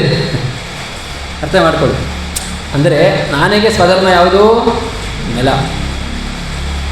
ಮೊಸಳೆಗೆ ಸ್ವಧರ್ಮ ಯಾವುದು? ನೀರು. ನೀರಲ್ಲಿದ್ದಾಗ ಮೊಸಳೆಗೆ ಶಕ್ತಿ ಜಾಸ್ತಿ. ಸೊ ಆನೆಗೆ ಎಷ್ಟೇ ಪ್ರಯತ್ನ ಪಡುತ್ತೆ, ಏನು ಮಾಡೋಕ್ಕಾಗಲ್ಲ. ಇನ್ಫ್ಯಾಕ್ಟ್ ಆ ಒಂದು ಆನೆ ಮೊಸಳೆಯ ಜಗ್ಗಾಟ 100 ವರ್ಷ ನಡೆಯುತ್ತಂತೆ. ಅಂದರೆ ಅದು ಬೇರೆ ಒಂದು ಇದರಲ್ಲಿ ಆಗಿದ್ದು, ಭೂಲೋಕದಲ್ಲಿ ಅಲ್ಲ, ಬೇರೆ ಒಂದು ಲೋಕದಲ್ಲಿ ಅಲ್ಲಿ ಆಗಿದ್ದು. ಆದ್ದರಿಂದ ನಮ್ಮ ಲೋಕಕ್ಕೆ ಹೋಲಿಕೆ ಮಾಡಿದಾಗ ಅಲ್ಲಿ ಕೆಲವು ವರ್ಷ ಆಗಿದ್ದರೆ ಯುದ್ಧ, ನಮಗಿಲ್ಲಿ 106 ವರ್ಷ ಆದಾಗೆ ಲೆಕ್ಕ. ಯಾಕಂದರೆ ಅದು ಟೈಮ್ ಡೈಮೆನ್ಷನ್ಸ್ ಬೇರೆ ಇರುತ್ತೆ ಆ ರೀತಿಯಾಗಿ. ಸೊ ತುಂಬ ಯುದ್ಧ ಆಗಿ ಎಷ್ಟೇ ಆದರೂ, ಎಷ್ಟೇ ಬಲಪ್ರಯೋಗ ಮಾಡಿದ್ರು ಮೊಸಳೆಯ ಹಿಡಿತದಿಂದ ಬಿಡಿಸ್ಕೊಳ್ಳೋಕ್ಕೆ ಆನೆಗೆ ಆಗಲಿಲ್ಲ. ಉಳಿದಿದ್ದು ಒಂದೇ ದಾರಿ ಏನಂದರೆ ಅಕ್ಸೆಪ್ಟ್ ಡಿಫೀಟ್. ಆದರೆ ಇಷ್ಟೆಲ್ಲ ಪ್ರಯತ್ನ ಮಾಡ್ತಾ ಮಾಡ್ತಾ ಮಾಡ್ತಾ ಮಾಡ್ತಾ ಕಡೆಗೆ ಸಡನ್ನಾಗಿ ಫ್ಲ್ಯಾಶ್ ಆಗುತ್ತೆ ಆನೆಗೆ. ಏನಂದರೆ ನಾನೇ ಇಷ್ಟೊಂದು ಕಷ್ಟಪಡ್ತಾ ಇದ್ದೀನಿ, ನನಗೆ ರಕ್ಷಣೆ ಮಾಡೋಕ್ಕೆ ನಾರಾಯಣ ಇದ್ದಾನಲ್ಲ ಅಂತ ಅವನಿಗೆ ನಾರಾಯಣ ಸ್ಮರಣೆ ಆಗುತ್ತೆ. ಯಾಕೆ ಆಯಿತು ಅಂತಂದರೆ ಹಿಂದಿನ ಜನ್ಮದಲ್ಲಿ ಅವನೊಬ್ಬ ರಾಜ ಇಂದ್ರದ್ಯುಮ್ನ. ತನ್ನ ಒಂದು ದಿನಚರ್ಯದಲ್ಲಿ ಅವನು ಆ್ಯಕ್ಟಿವ್ ಆಗಿ ಇರ್ತಾನೆ, ಏನೋ ಕೆಲಸ ಮಾಡ್ತಾ ಇರ್ತಾನೆ, ಸ್ವಲ್ಪ ಪೂಜೆ ಏನೋ ಮಾಡ್ತಾ ಇರ್ತಾನೆ. ಋಷಿಗಳು ಬರ್ತಾರೆ, ಋಷಿ ಹೆಸರು ನಂಗೆ ಮರ್ತೋಗಿದೆ, ಬಹುಶಃ ಅಗಸ್ತ್ಯ ಇರ್ಬೋದು. ಅವರು ಬಂದಾಗ ಅವರನ್ನು ಸ್ವೀಕಾರ ಮಾಡಲಿಕ್ಕೆ ಅವ್ನಿಗೆ ಆಗೋದಿಲ್ಲ, ಏನೋ ಬ್ಯುಸಿಯಾಗಿರ್ತಾನೆ. ಸಾಮಾನ್ಯವಾಗಿ ನಾವು ಎಷ್ಟು ಸರಿ ಬ್ಯುಸಿ ಆಗಿಬಿಡ್ತೀವಿ, ಯಾರನ್ನ ಗೆಸ್ಟ್ ಬಂದರೆ ಅತಿಥಿಗಳನ್ನ ಸರಿಯಾಗಿ ನೋಡ್ಕೊಳ್ಳೋಕ್ಕಾಗಲ್ಲ, ಅವ್ರು ಹೊರಟೋಗ್ತಾರೆ. ಅದೇ ರೀತಿ ಈ ಥರ ಗೆಸ್ಟ್ ಬಂದಾಗ ಸರಿಯಾಗಿ ನೋಡ್ಕೊಳ್ಳಿಲ್ಲ, ಅದಕ್ಕೋಸ್ಕರ ಅವರು ಶಾಪ, ನೀನು ಮನುಷ್ಯನಾಗೋಕ್ಕೆ ನಿನ್ನ ಪ್ರಜ್ಞೆ ಇಲ್ಲ, ನಿನಗೆ ಒಂದು ಪ್ರಾಣಿ ಆಗು ಅಂತ ಶಾಪ ಕೊಟ್ಟು ಹೋಗ್ತಾರೆ. ಆ ಇಂದ್ರದ್ಯುಮ್ನ ಭಗವಂತನ ಪೂಜೆ ನಿತ್ಯ ಮಾಡ್ತಾ ಇರ್ತಾನೆ. ಭಗವಂತನ ನಾಮ ಸಂಕೀರ್ತನೆ ಆಗಿರ್ಬೋದು, ಭಗವಂತನ ಸ್ತೋತ್ರ ಪಠಣ ಆಗಿರ್ಬೋದು, ನಿತ್ಯ ಮಾಡ್ತಾ ಇರ್ತಾನೆ. ಆ ನಿತ್ಯ ಮಾಡಿದ ಪಠಣೆ ಅವನ ಬ್ರೈನಲ್ಲಿ ಹೋಗಿ ರಿಜಿಸ್ಟರ್ ಆಗಿರುತ್ತೆ. ಆಯಿತಾ? ಈಗ ಅವನ ಶಾಪದ ಪ್ರಭಾವದಿಂದ ಅವನ ದೇಹತ್ಯಾಗ ಆಗಿ ಮುಂದಿನ ಜನ್ಮದಲ್ಲಿ ಅವನು ಆನೆ ಆಗ್ತಾನೆ. ಆನೆಯಾಗಿ ಇಷ್ಟೆಲ್ಲ ಆಗಿ ಮೊಸಳೆ ಜೊತೆ ಯುದ್ಧ ಆಗಿ ಕಡೆಗೆ ಹಿಂದಿನ ಜನ್ಮದಲ್ಲಿ ಅವನು ಮಾಡಿದಂತಹ ಸ್ತೋತ್ರ ಪಠಣೆಯೆಲ್ಲ ಮತ್ತೆ ಮರುಕಳಿಸುತ್ತ ಅವನು. ಸ್ವಲ್ಪಮಪ್ಯಸ್ಯ ಧರ್ಮಸ್ಯ ತ್ರಾಯತೆ ಮಹತೋಭಯಾತ್. ಅವನು ಮಾಡಿದ ಪುಣ್ಯ ಧರ್ಮ ಏನಿದೆ ಅದು ಅವನಿಗೆ ಮರುಕಳಿಸಿ ಅವನಿಗೆ ಸ್ಮರಣೆಯಾಗಿ ಭಗವಂತ ಮತ್ತೆ ಬರ್ತಾನೆ. ಅವನು ಭಗವಂತನ ಹೆಸರು ಹೇಳಿದ್ದೇ ತಡ ವೈಕುಂಠದಲ್ಲಿದ್ದಂತಹ ವಿಷ್ಣು ಓಡೋಡಿ ಬರ್ತಾನಂತೆ. ಎಷ್ಟು ವಿಷ್ಣು ಒಂದು ಕಾತರದಲ್ಲಿ ಇರ್ತಾನೆ, ನನ್ನ ಭಕ್ತನನ್ನು ಕಾಪಾಡಬೇಕು ಅಂತಂದರೆ ಗರುಡನ ಸ್ಪೀಡಿಗೆ ಸಾಕಾಗ್ತಾ ಇಲ್ಲ, ತುಂಬ ಸ್ಲೋ ಆಗಿ ಹೋಗ್ತಾ ಇದೆಯಾ ಗರುಡ ನೀನು ಅಂದ್ಬಿಟ್ಟು ಗರುಡನ ತಗೊಂಡು ತನ್ನ ಹೆಗಲ ಮೇಲೆ ಇಟ್ಕೊಂಡು ಭಗವಂತ ಬರ್ತಾನಂತೆ. ಅಷ್ಟು ಅವನಿಗೆ ಭಕ್ತರನ್ನು ಕಾಪಾಡಬೇಕು ಅಂತ ಅವನಿಗೆ ಕಾಳಜಿ. ಅದೇಗೆ ಬಂದು ತನ್ನ ಚಕ್ರದಿಂದ ಮೊಸಳೆಯನ್ನು ಸಂಹಾರ ಮಾಡಿ ಗಜೇಂದ್ರನನ್ನು ಮೋಕ್ಷ ಮಾಡ್ತಾಗೋಸ್ಕರ ಗಜೇಂದ್ರ ಮೋಕ್ಷ ಅನ್ನುವಂತಹ ಈ ಒಂದು ಪುರಾಣದ ಒಂದು ಸಂಗತಿ, ಈ ಒಂದು ಏನು ಇವತ್ತು ಶ್ಲೋಕ ಹೇಳ್ತಾ ಇದ್ದೀವಿ ಅದನ್ನು ಸಿದ್ಧಿಪಡಿಸುತ್ತೆ. ಇನ್ನೊಂದು ಉತ್ತಮವಾದಂತಹ ಉದಾಹರಣೆ ಏನಂದರೆ ಅಜಾಮಿಳ. ಅಜಾಮಿಳ ಒಬ್ಬ ಉತ್ತಮ ಕುಲದಲ್ಲಿ ಸಂಜಾತನಾದವನು, ಬ್ರಾಹ್ಮಣ. ಚಿಕ್ಕಂದಿನಲ್ಲಿ ಅವನಿಗೆ ಚೆನ್ನಾಗಿ ವೇದಗಳನ್ನು ಕಲಿಸಿರ್ತಾರೆ ಅವರ ತಂದೆ. ವೇದ ಪಠಣ ಚೆನ್ನಾಗಿ ಮಾಡಿ ಮತ್ತೆ ಅವನ ಬೇರಿನಲ್ಲಿ ಅದೆಲ್ಲ ರಿಜಿಸ್ಟರ್ ಆಗುತ್ತೆ, ಅವನು ಮಾಡಿದ ಒಳ್ಳೆಯದು. ಆದರೆ ಅವನ ವಯಸ್ಸಿಗೆ ಬಂದಾಗ ಸ್ವಲ್ಪ ಚಂಚಲ ಮನೋಪ್ರವೃತ್ತಿ ಜಾಸ್ತಿ ಆಗುತ್ತೆ, ಎಲ್ಲರಿಗೂ ಗೊತ್ತಿದೆ. ಆ ಒಂದು ಟೈಮ್ ಪೀರಿಯಡಲ್ಲಿ ಅವನು ಒಬ್ಬ ವೇಶ್ಯೆ ಇನ್ನೊಬ್ಬ ಯಾರ ಜೊತೆನೋ ಆ ಮೋಜು ಮಾಡುವಂತಹ ಒಂದು ಇಮೇಜನ್ನು ನೋಡ್ಬಿಡ್ತಾನೆ. ಹೇಗೆ ಈಗ ಫಿಲಮ್ಸ್ಗಳಲ್ಲಿ ಓಪನ್ ಆಗಿ ತೋರಿಸ್ತಾರೆ ಅಂತ ಎಲ್ಲ ಯಾವತ್ತೂ ತೋರಿಸ್ಬಾರ್ದು ಅದನ್ನೆಲ್ಲ ತೋರಿಸ್ತಾರೆ. ಅದನ್ನೆಲ್ಲ ನೋಡಿದ್ರೆ ಅವರ ಮೆಂಟಲ್ ಇಮೇಜಲ್ಲಿ ಏನಾಗಬೇಕು ಮಕ್ಕಳಿಗೆ ಅದನ್ನು ಅವ್ರು ಯೋಚನೆಯೂ ಮಾಡೋದಿಲ್ಲ. ಸೊ ಆ ರೀತಿಯಾಗಿ ಆ ಒಂದು ಮೆಂಟಲ್ ಇಮೇಜ್ ಅವನು ನೋಡ್ತಾನೆ. ನೋಡಿ, ಆ ವೇಶ್ಯೆ ಮತ್ತು ಆ ವೇಶ್ಯೆಯ ಜೊತೆಗಿದ್ದವನು ಅವರು ಆ ಒಡನಾಟ ಮಾಡಿದ್ದು ಮನಸ್ಸಲ್ಲಿ ಹೋಗಿ ಪ್ರವೇಶ ಆಗಿ ಅವನನ್ನು ಎಷ್ಟು ವಿಚಲಿತ ಮಾಡುತ್ತೆ ಅಂತಂದರೆ, ಮದುವೆ ಆಗಿರುತ್ತೆ ಅವನಿಗೆ, ತನ್ನ ಹೆಂಡತಿಯನ್ನು ಅವನು ಮನೆಯಿಂದ ಕಳಿಸ್ಬಿಡ್ತಾನೆ. ತಂದೆ ತಾಯಿನ ಅವನು ಸರಿಯಾಗಿ ನೋಡ್ಕೊಳ್ಳೋದಿಲ್ಲ. ಆ ವೇಶ್ಯನ ಕರ್ಕೊಂಡ್ಬಂದು ತನ್ನ ಮನೆ ತುಂಬಿಸ್ಕೋತಾನೆ. ಆ ವೇಶ್ಯ ಜೊತೆ 116 ಜನ ಮಕ್ಕಳನ್ನ ಮಾಡ್ಕೋತಾನೆ. ಎಲ್ಲ ಅವನು ಧರ್ಮ ಕಾರ್ಯಗಳನ್ನು ಬಿಟ್ಬಿಡ್ತಾನೆ. ಕಡೆಗೆ ಅವನಿಗೆ ಸುಮಾರು 80 ವರ್ಷ. ಆ ವಯಸ್ಸಿನಲ್ಲೂ ಸಹಿತ ಅವನಿಗೆ ಒಂದು ಎಳೆ ಬಾಲಕ, ಒಂದು 5-6 ವರ್ಷದ ಬಾಲಕ. ಅಂದರೆ ಅಷ್ಟು ಅವನು ಭೋಗದಲ್ಲಿ ಮುಳುಗಿರ್ತಾನೆ. ಆ ಕಡೆ ಬಾಲಕನಿಗೆ ಮಾತ್ರ ಅವನು ಹೆಸರು ನಾರಾಯಣ ಅಂತ ಇಟ್ಟಿರ್ತಾನೆ. ಕಡೆ ಮಗುಗೆ ಯಾವತ್ತೂ ತಂದೆಗೆ ಕಡೆ ಮಗು ಮೇಲೆ ಸ್ವಲ್ಪ ಪ್ರೀತಿ ಜಾಸ್ತಿ ಇರುತ್ತೆ. ಸೊ ಅದಕ್ಕೆ ಅವನು ಎಲ್ಲಿ ಹೋದರೂ ನಾರಾಯಣ ಬಾರೋ ಹಣ್ಣು ತಗೊಳ್ಳೋ, ನಾರಾಯಣ ಬಾರೋ ಹಾಲು ಕುಡಿಯೋ, ನೀರು ಕುಡಿಯೋ, ಯಾವಾಗಲೂ ನಾರಾಯಣ ನಾರಾಯಣ ನಾರಾಯಣ. ಆಯಿತಾ? ಕಡೆಗೆ ಒಂದು ದಿನ ಅವನಿಗೆ ಒಂದು ಮರಣ ಭಯ ಉಂಟಾಗುತ್ತೆ. ನೋಡ್ತಾನೆ, ಯಮದೂತರು ಬಂದುಬಿಟ್ಟಿರ್ತಾರೆ. ಎಷ್ಟು ಗಾಬರಿ ಆಗುತ್ತೆ. ಯಮದೂತರು ನೋಡೋಕ್ಕಂತೂ ತುಂಬ ಭೀಕರವಾಗಿರ್ತಾರೆ. ಯಾವುದೇ ಹಾರರ್ ಫುಲ್ ನೋಡಿದಿರಲ್ಲ ಅದಕ್ಕಿಂತ ಹಾರರ್ಫುಲ್ ಆಗಿರ್ತಾರೆ ಅವರು. ಅವ್ರನ್ನ ನೋಡಿ ಎಷ್ಟು ಭಯ ಬೀಳ್ತಾನೆ ಅಂತಂದರೆ ಏನು ಮಾಡಬೇಕು. ಅವನಿಗೆ ಕಳೆದ ಕೆಲವು ವರ್ಷಗಳಿಂದ ಏನು ಮಾಡಬೇಕಾದ್ರೂ ತನ್ನ ಮಗನ ಹೆಸರೇ ತಗೊಂಡು ಅಭ್ಯಾಸ ಆಗೋಗಿರುತ್ತೆ. ಆ ಯಮದೂತರು ನೋಡಿದ ತಕ್ಷಣ ನಾರಾಯಣ ಬಾರೋ ಇಲ್ಲಿ ಅಂದ್ಬಿಡ್ತಾನೆ. ಆ ನಾರಾಯಣ ಅಂತ ಎಷ್ಟು ಕಾತರದಲ್ಲಿ ಕರೀತಾನೆ ಅಂತಂದರೆ, ಆ ನಾರಾಯಣ ಅಂತ 4 ಅಕ್ಷರದಿಂದ ಭಗವಂತನ ಕರೆದಿದ್ದಕ್ಕೆ 4 ಜನ ವಿಷ್ಣು ದೂತರು ಬಂದ್ಬಿಡ್ತಾರೆ. ಯಮದೂತರು ಕನ್ಫ್ಯೂಸ್, ನೀವು ಯಾಕೆ ಇಲ್ಲಿ ಬಂದ್ರಿ? ಈ ಪರಮ ಪಾಪಿನ ನಾವು ಯಮಲೋಕಕ್ಕೆ ಕರ್ಕೊಂಡು ಹೋಗಬೇಕು. ಅವರು ಇವನು ಪರಮ ಪಾಪಿನ, ಇವನಲ್ಲಿ ಒಂದು ಲವಲೇಶ ಪಾಪನೂ ಇಲ್ಲ ಅಂತ ವಿಷ್ಣುದೂತರು. ಹಾಗೆ ಯಮದೂತರು, ಹೆಂಗೆ ಸಾಧ್ಯ? ನೀವು ಎಲ್ಲೋ ದಾರಿ ತಪ್ಪಿ ಬೇರೆ ಕಡೆ ಬಂದ್ಬಿಟ್ಟಿದ್ದೀರಾ, ನೀವು ಲೈಫ್ ಹಿಸ್ಟ್ರಿ ಎಲ್ಲ ನಮ್ಮ ಹತ್ರ ಇದೆ, ಎಲ್ಲ ರಿಜಿಸ್ಟರ್ ಮಾಡ್ಕೊಂಡು ನೋಡಿ ತೋರಿ. ಅವಾಗ ವಿಷ್ಣುದೂತರು ಹೇಳ್ತಾರೆ, ನಿಮಗೆ ಸರಿಯಾಗಿ ಪಾಠ ಆಗಿಲ್ಲ, ಬುಕ್ ಇಟ್ಕೊಂಡು ಬಂದಿದ್ದೀರಾ ಅಷ್ಟೇ, ಜ್ಞಾನ ಇಲ್ಲ ನಿಮಗೆ. ಹೋಗಿ ನಿಮ್ಮ ಗುರುಗಳನ್ನ ಕೇಳಿ, ಇವನು ನಾರಾಯಣ ಅಂತ ಕರೆದು ಮಾಡಿದ ಪಾಪ ಎಲ್ಲ ತೊಳೆದೋಗಿದೆ. ಅವರಿಗೆ ತುಂಬ ಕನ್ಫ್ಯೂಷನ್ ಆಗುತ್ತೆ. ಸರಿ ಅಂದ್ಬಿಟ್ಟು ವಾಪಸ್ಸು ಯಮರಾಜನ ಹತ್ರ ಹೋಗಿ, ನೀವು ಒಂದು ಇನ್ಸ್ಟ್ರಕ್ಷನ್ ಕೊಡ್ತೀರಾ? ಅಲ್ಲಿ ನೋಡಿ ವಿಷ್ಣುದೂತರು ಇನ್ನೊಂಥರ ಹೇಳ್ತಾರೆ, ನಮಗೆ ಯಾವ್ದು ಸರಿ ಯಾವ್ದು ತಪ್ಪು ಗೊತ್ತಾಗ್ತಾ ಇಲ್ಲ. ಆಗ ಯಮರಾಜ ಹೇಳ್ತಾರೆ, ಮುಟ್ಟಬೇಡಿ ಮುಟ್ಟಬೇಡಿ ನರಹರಿಯ ದಾಸರನ್ನು ಮುಟ್ಟಬೇಡಿ ಅಂತ ಯಮಧರ್ಮರಾಜರು ತಮ್ಮ ಯಮದೂತರಿಗೆ ಹೇಳ್ತಾರೆ. ನೀವು ಯಾವತ್ತೂ ನರಹರಿಯ ದಾಸರನ್ನು ಮುಟ್ಟಬೇಡಿ. ಯಾರಾದರೂ ಕೊರಳಲ್ಲಿ ಕಂಠಿಮಾಲೆ ಇದ್ದರೆ ಅವರನ್ನು ಮುಟ್ಟಬೇಡಿ. ಯಾರಾದರೂ ಹಣೆಯಲ್ಲಿ ತಿಲಕ ಇದ್ದರೆ ಅವರ ಹತ್ರ ಹೋಗಬೇಡಿ. ಅದೊಂದು ದೊಡ್ಡ ಕತೆ, ಸಮಯ ಇಲ್ಲ. ಈಗ ವಿಷ್ಣುದೂತರು ಅಲ್ಲಿಂದ ಅಂತರ್ಧಾನ ಆಗ್ತಾರೆ. ಯಮಜಾಮನಿಗೆ ರಿಯಲೈಸ್ ಆಗುತ್ತೆ, ಅವನಿಗೆ ಸೆಕೆಂಡ್ ಚಾನ್ಸ್. ಅಯ್ಯೋ, ಇಡೀ ಜೀವನ ವೇಸ್ಟ್ ಮಾಡಿಬಿಟ್ನಲ್ಲ ನಾನು. ಸರಿ ಅಂದ್ಬಿಟ್ಟು ಅವನು ಹರಿದ್ವಾರಕ್ಕೆ ಹೋಗಿ ಮತ್ತೆ ಯೋಗದಲ್ಲಿ ತೊಡಗಿ ಶುದ್ಧನಾಗಿ ವೈಕುಂಠಕ್ಕೆ ಹೋಗ್ತಾನೆ. ಆದರೆ ಅವನಿಗೆ ಯಾಕೆ ಸೆಕೆಂಡ್ ಚಾನ್ಸ್ ಬಂತು ಅಂತಂದರೆ, ಸ್ವಲ್ಪಮಪ್ಯಸ್ಯ ಧರ್ಮಸ್ಯ ತ್ರಾಯತೆ ಮಹತೋ ಭಯ. ಚಿಕ್ಕಂದಿನಲ್ಲಿ ಮಾಡಿದಂತಹ ಆ ಧರ್ಮ ಇದೆ ನೋಡಿ, ಅವನು ಮಾಡಿದಂತಹ ಒಳ್ಳೆಯ ಕೆಲಸಗಳು, ಪೂಜೆ, ಭಕ್ತಿ ಸೇವೆ ಏನು ಮಾಡಿದ್ದ ಅದು ಅವನಿಗೆ ಕಡೆಗಾಲದಲ್ಲಿ ನೆರವಾಯಿತು. ಅದೇ ರೀತಿ ನಾವು ಕೃಷ್ಣ ಪ್ರಜ್ಞೆಯಲ್ಲಿ ಮಾಡಿದಂತಹ ಒಂದೊಂದು ಸಣ್ಣ ಹೆಜ್ಜೆ ಸಹಿತ ನಮ್ಮ ಒಂದು ಅಕೌಂಟಿನಲ್ಲಿ ಪರ್ಮನೆಂಟಾಗಿ ಡೆಪಾಸಿಟ್, ಯಾರೂ ವಿತ್ಡ್ರಾ ಮಾಡೋಕ್ಕಾಗದೇ ಇಲ್ಲ ಅದನ್ನು. ಸೊ ಅಂತಹ ವಿಶೇಷವಾದಂತಹ ಈ ಅವಕಾಶವನ್ನು ನಮಗೆ ಭಗವಂತ ಭಕ್ತರ ಮೂಲಕ ದಯಪಾಲಿಸಿದ್ದಾನೆ. ಅದನ್ನು ನಾವೆಲ್ಲ ಸ್ವೀಕಾರ ಮಾಡೋಣ ಅಂತ ಹೇಳ್ತಾ ಇವತ್ತಿನ ನನ್ನ ಕಡೆಯಿಂದ ಪ್ರವಚನಕ್ಕೆ ನಾನು ವಿರಾಮ ಮಾಡ್ತಾ ಇದ್ದೀನಿ. ಏನಾದರೂ ನಿಮ್ಮ ಅನಿಸಿಕೆ, ಪ್ರಶ್ನೆ ಇದ್ದರೆ ಒಂದೆರಡು ನಿಮಿಷ ತಗೋಬಹುದು.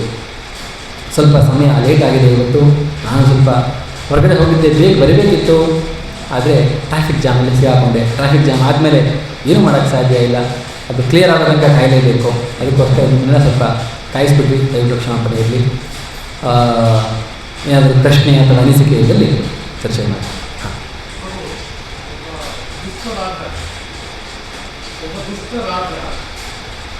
ಯಾವುದೋ ಒಂದು ಸಣ್ಣ ಕಾರಣಕ್ಕೆ ಒಬ್ಬ ಬ್ರಾಹ್ಮಣ ಅದರಲ್ಲೂ ಸನ್ಯಾಸಿ ಅವನನ್ನ ಕೊಲ್ಲುವಂತ ಅವನ ಸೈನಿಕನಿಗೆ ಆಜ್ಞೆ ಮಾಡ್ತಾನೆ. ರಾಜನಾಜ್ಞೆ ನಾವು ಪಾಲಿಸಲೇಬೇಕಾ? ಪಾಲಿಸಿದ್ರೆ ಅವನ ಧರ್ಮ ಏನಾಯಿತು? ಅವನು ಗೊತ್ತು, ಸನ್ಯಾಸಿ ಬ್ರಾಹ್ಮಣ ಮತ್ತು ಕಡೆ ಮಾಡಬೇಕು ಅಂತ ಅವನು ಗೊತ್ತಿದೆ. ಸೈನಿಕನಿಗೆ ರಾಜಾಜ್ಞೆ ಪಾಲಿಸಲೇಬೇಕು. ಖಂಡಿತವಾಗಲೂ ಇಂತಹ ಸಂದಿಗ್ಧ ಪರಿಸ್ಥಿತಿಗಳು ಎಷ್ಟೋ ಜನರಿಗೆ ಬಂದಿದೆ. ಅದಕ್ಕೆ ಪರಿಹಾರನೂ ಇದೆ. ಉದಾಹರಣೆಗೆ ಇವಾಗ ಅರ್ಜುನನ ಪರಿಸ್ಥಿತಿನೂ ಸಾಧಾರಣ ಪರಿಸ್ಥಿತಿ ಅಲ್ಲ, ಬಹಳ ಸಂದಿಗ್ಧ ಪರಿಸ್ಥಿತಿ. ಸ್ವಂತ ಅಣ್ಣ ತಮ್ಮಂದಿರು, ತಂದೆ ತಾತಂದಿರು, ಗುರುಗಳು ಅವರನ್ನು ಕೊಲ್ಲಬೇಕು ಅಂದರೆ ಏನು ಸಾಧಾರಣ ಅಲ್ಲ ಅಲ್ವಾ? ಹೇಗೆ ನೀವು ಹೇಳಿದಾಗ ಒಬ್ಬ ಬ್ರಾಹ್ಮಣ ಅಥವಾ ಸನ್ಯಾಸಿನ ಕೊಲ್ಲಬೇಕು ಅಂದರೆ ಹೇಗೆ ಅದು ಅತ್ಯಂತ ಕಷ್ಟನೋ, ಇಲ್ಲಿ ಕೇವಲ ಯಾರೋ ಬ್ರಾಹ್ಮಣ ಅಲ್ಲ, ಸ್ವಂತ ಗುರು, ಯಾರೋ ಕ್ಷತ್ರಿಯ ಅಲ್ಲ, ಸ್ವಂತ ತಾತ. ಖಂಡಿತ ಇದೇ ಪರಿಸ್ಥಿತಿಯಲ್ಲಿ ಅರ್ಜುನ ಇದ್ದಿದ್ದು. ಆದರೆ ಇಲ್ಲಿ ಸರಿಯಾಗಿ ತೂಗಬೇಕು ತಕ್ಕಡಿಯಲ್ಲಿ. ಅದರ ಒಂದು ರಿಸಲ್ಟ್ ಏನು? ಇಲ್ಲಿ ತಾತ ಗುರು ಅಂತ ನೋಡ್ತಾ ಕೂತ್ಕೊಂಡ್ರೆ ಅಧರ್ಮದ ಒಂದು ಪ್ರವೃದ್ಧಿ ಆಗುತ್ತೆ. ಇಲ್ಲಿ ಬೇಕಿದ್ದೇನು? ಧರ್ಮಸ್ಥಾಪನೆಗೆ ಯಾವುದು ಸಹಕಾರವೋ ಅದು ಮುಖ್ಯ ಆಗುತ್ತೆ. ಗೌಣವಾದಂತಹ ಕೆಲವು ಧರ್ಮಗಳೇನು, ತನ್ನ ಸ್ವಂತ ತಾತನಾಗಿರ್ಬಹುದು, ಗುರುಗಳನ್ನಾಗಿರ್ಬೋದು ಸಾಯಿಸಬಾರದು ಅನ್ನೋದು ಒಂದು ಮುಖ್ಯ ಇದೆ, ಧರ್ಮವೇ. ಆದರೆ ಇಲ್ಲಿ ಅದು ಗೌಣವಾಗುತ್ತೆ ಪರಿಸ್ಥಿತಿ ಅನುಸಾರ. ಸೊ ಯಾವುದೇ ರೀತಿಯಾದ ಈ ಸಂದಿಗ್ಧ ಬಂದಾಗ, ಎರಡು ಧರ್ಮಗಳ ಒಂದು ಈ ಥರ ಘರ್ಷಣೆ ಇದ್ದಾಗ ಧರ್ಮ ಸಂಕಟ ಅಂತ ಹೇಳ್ತೀವಿ.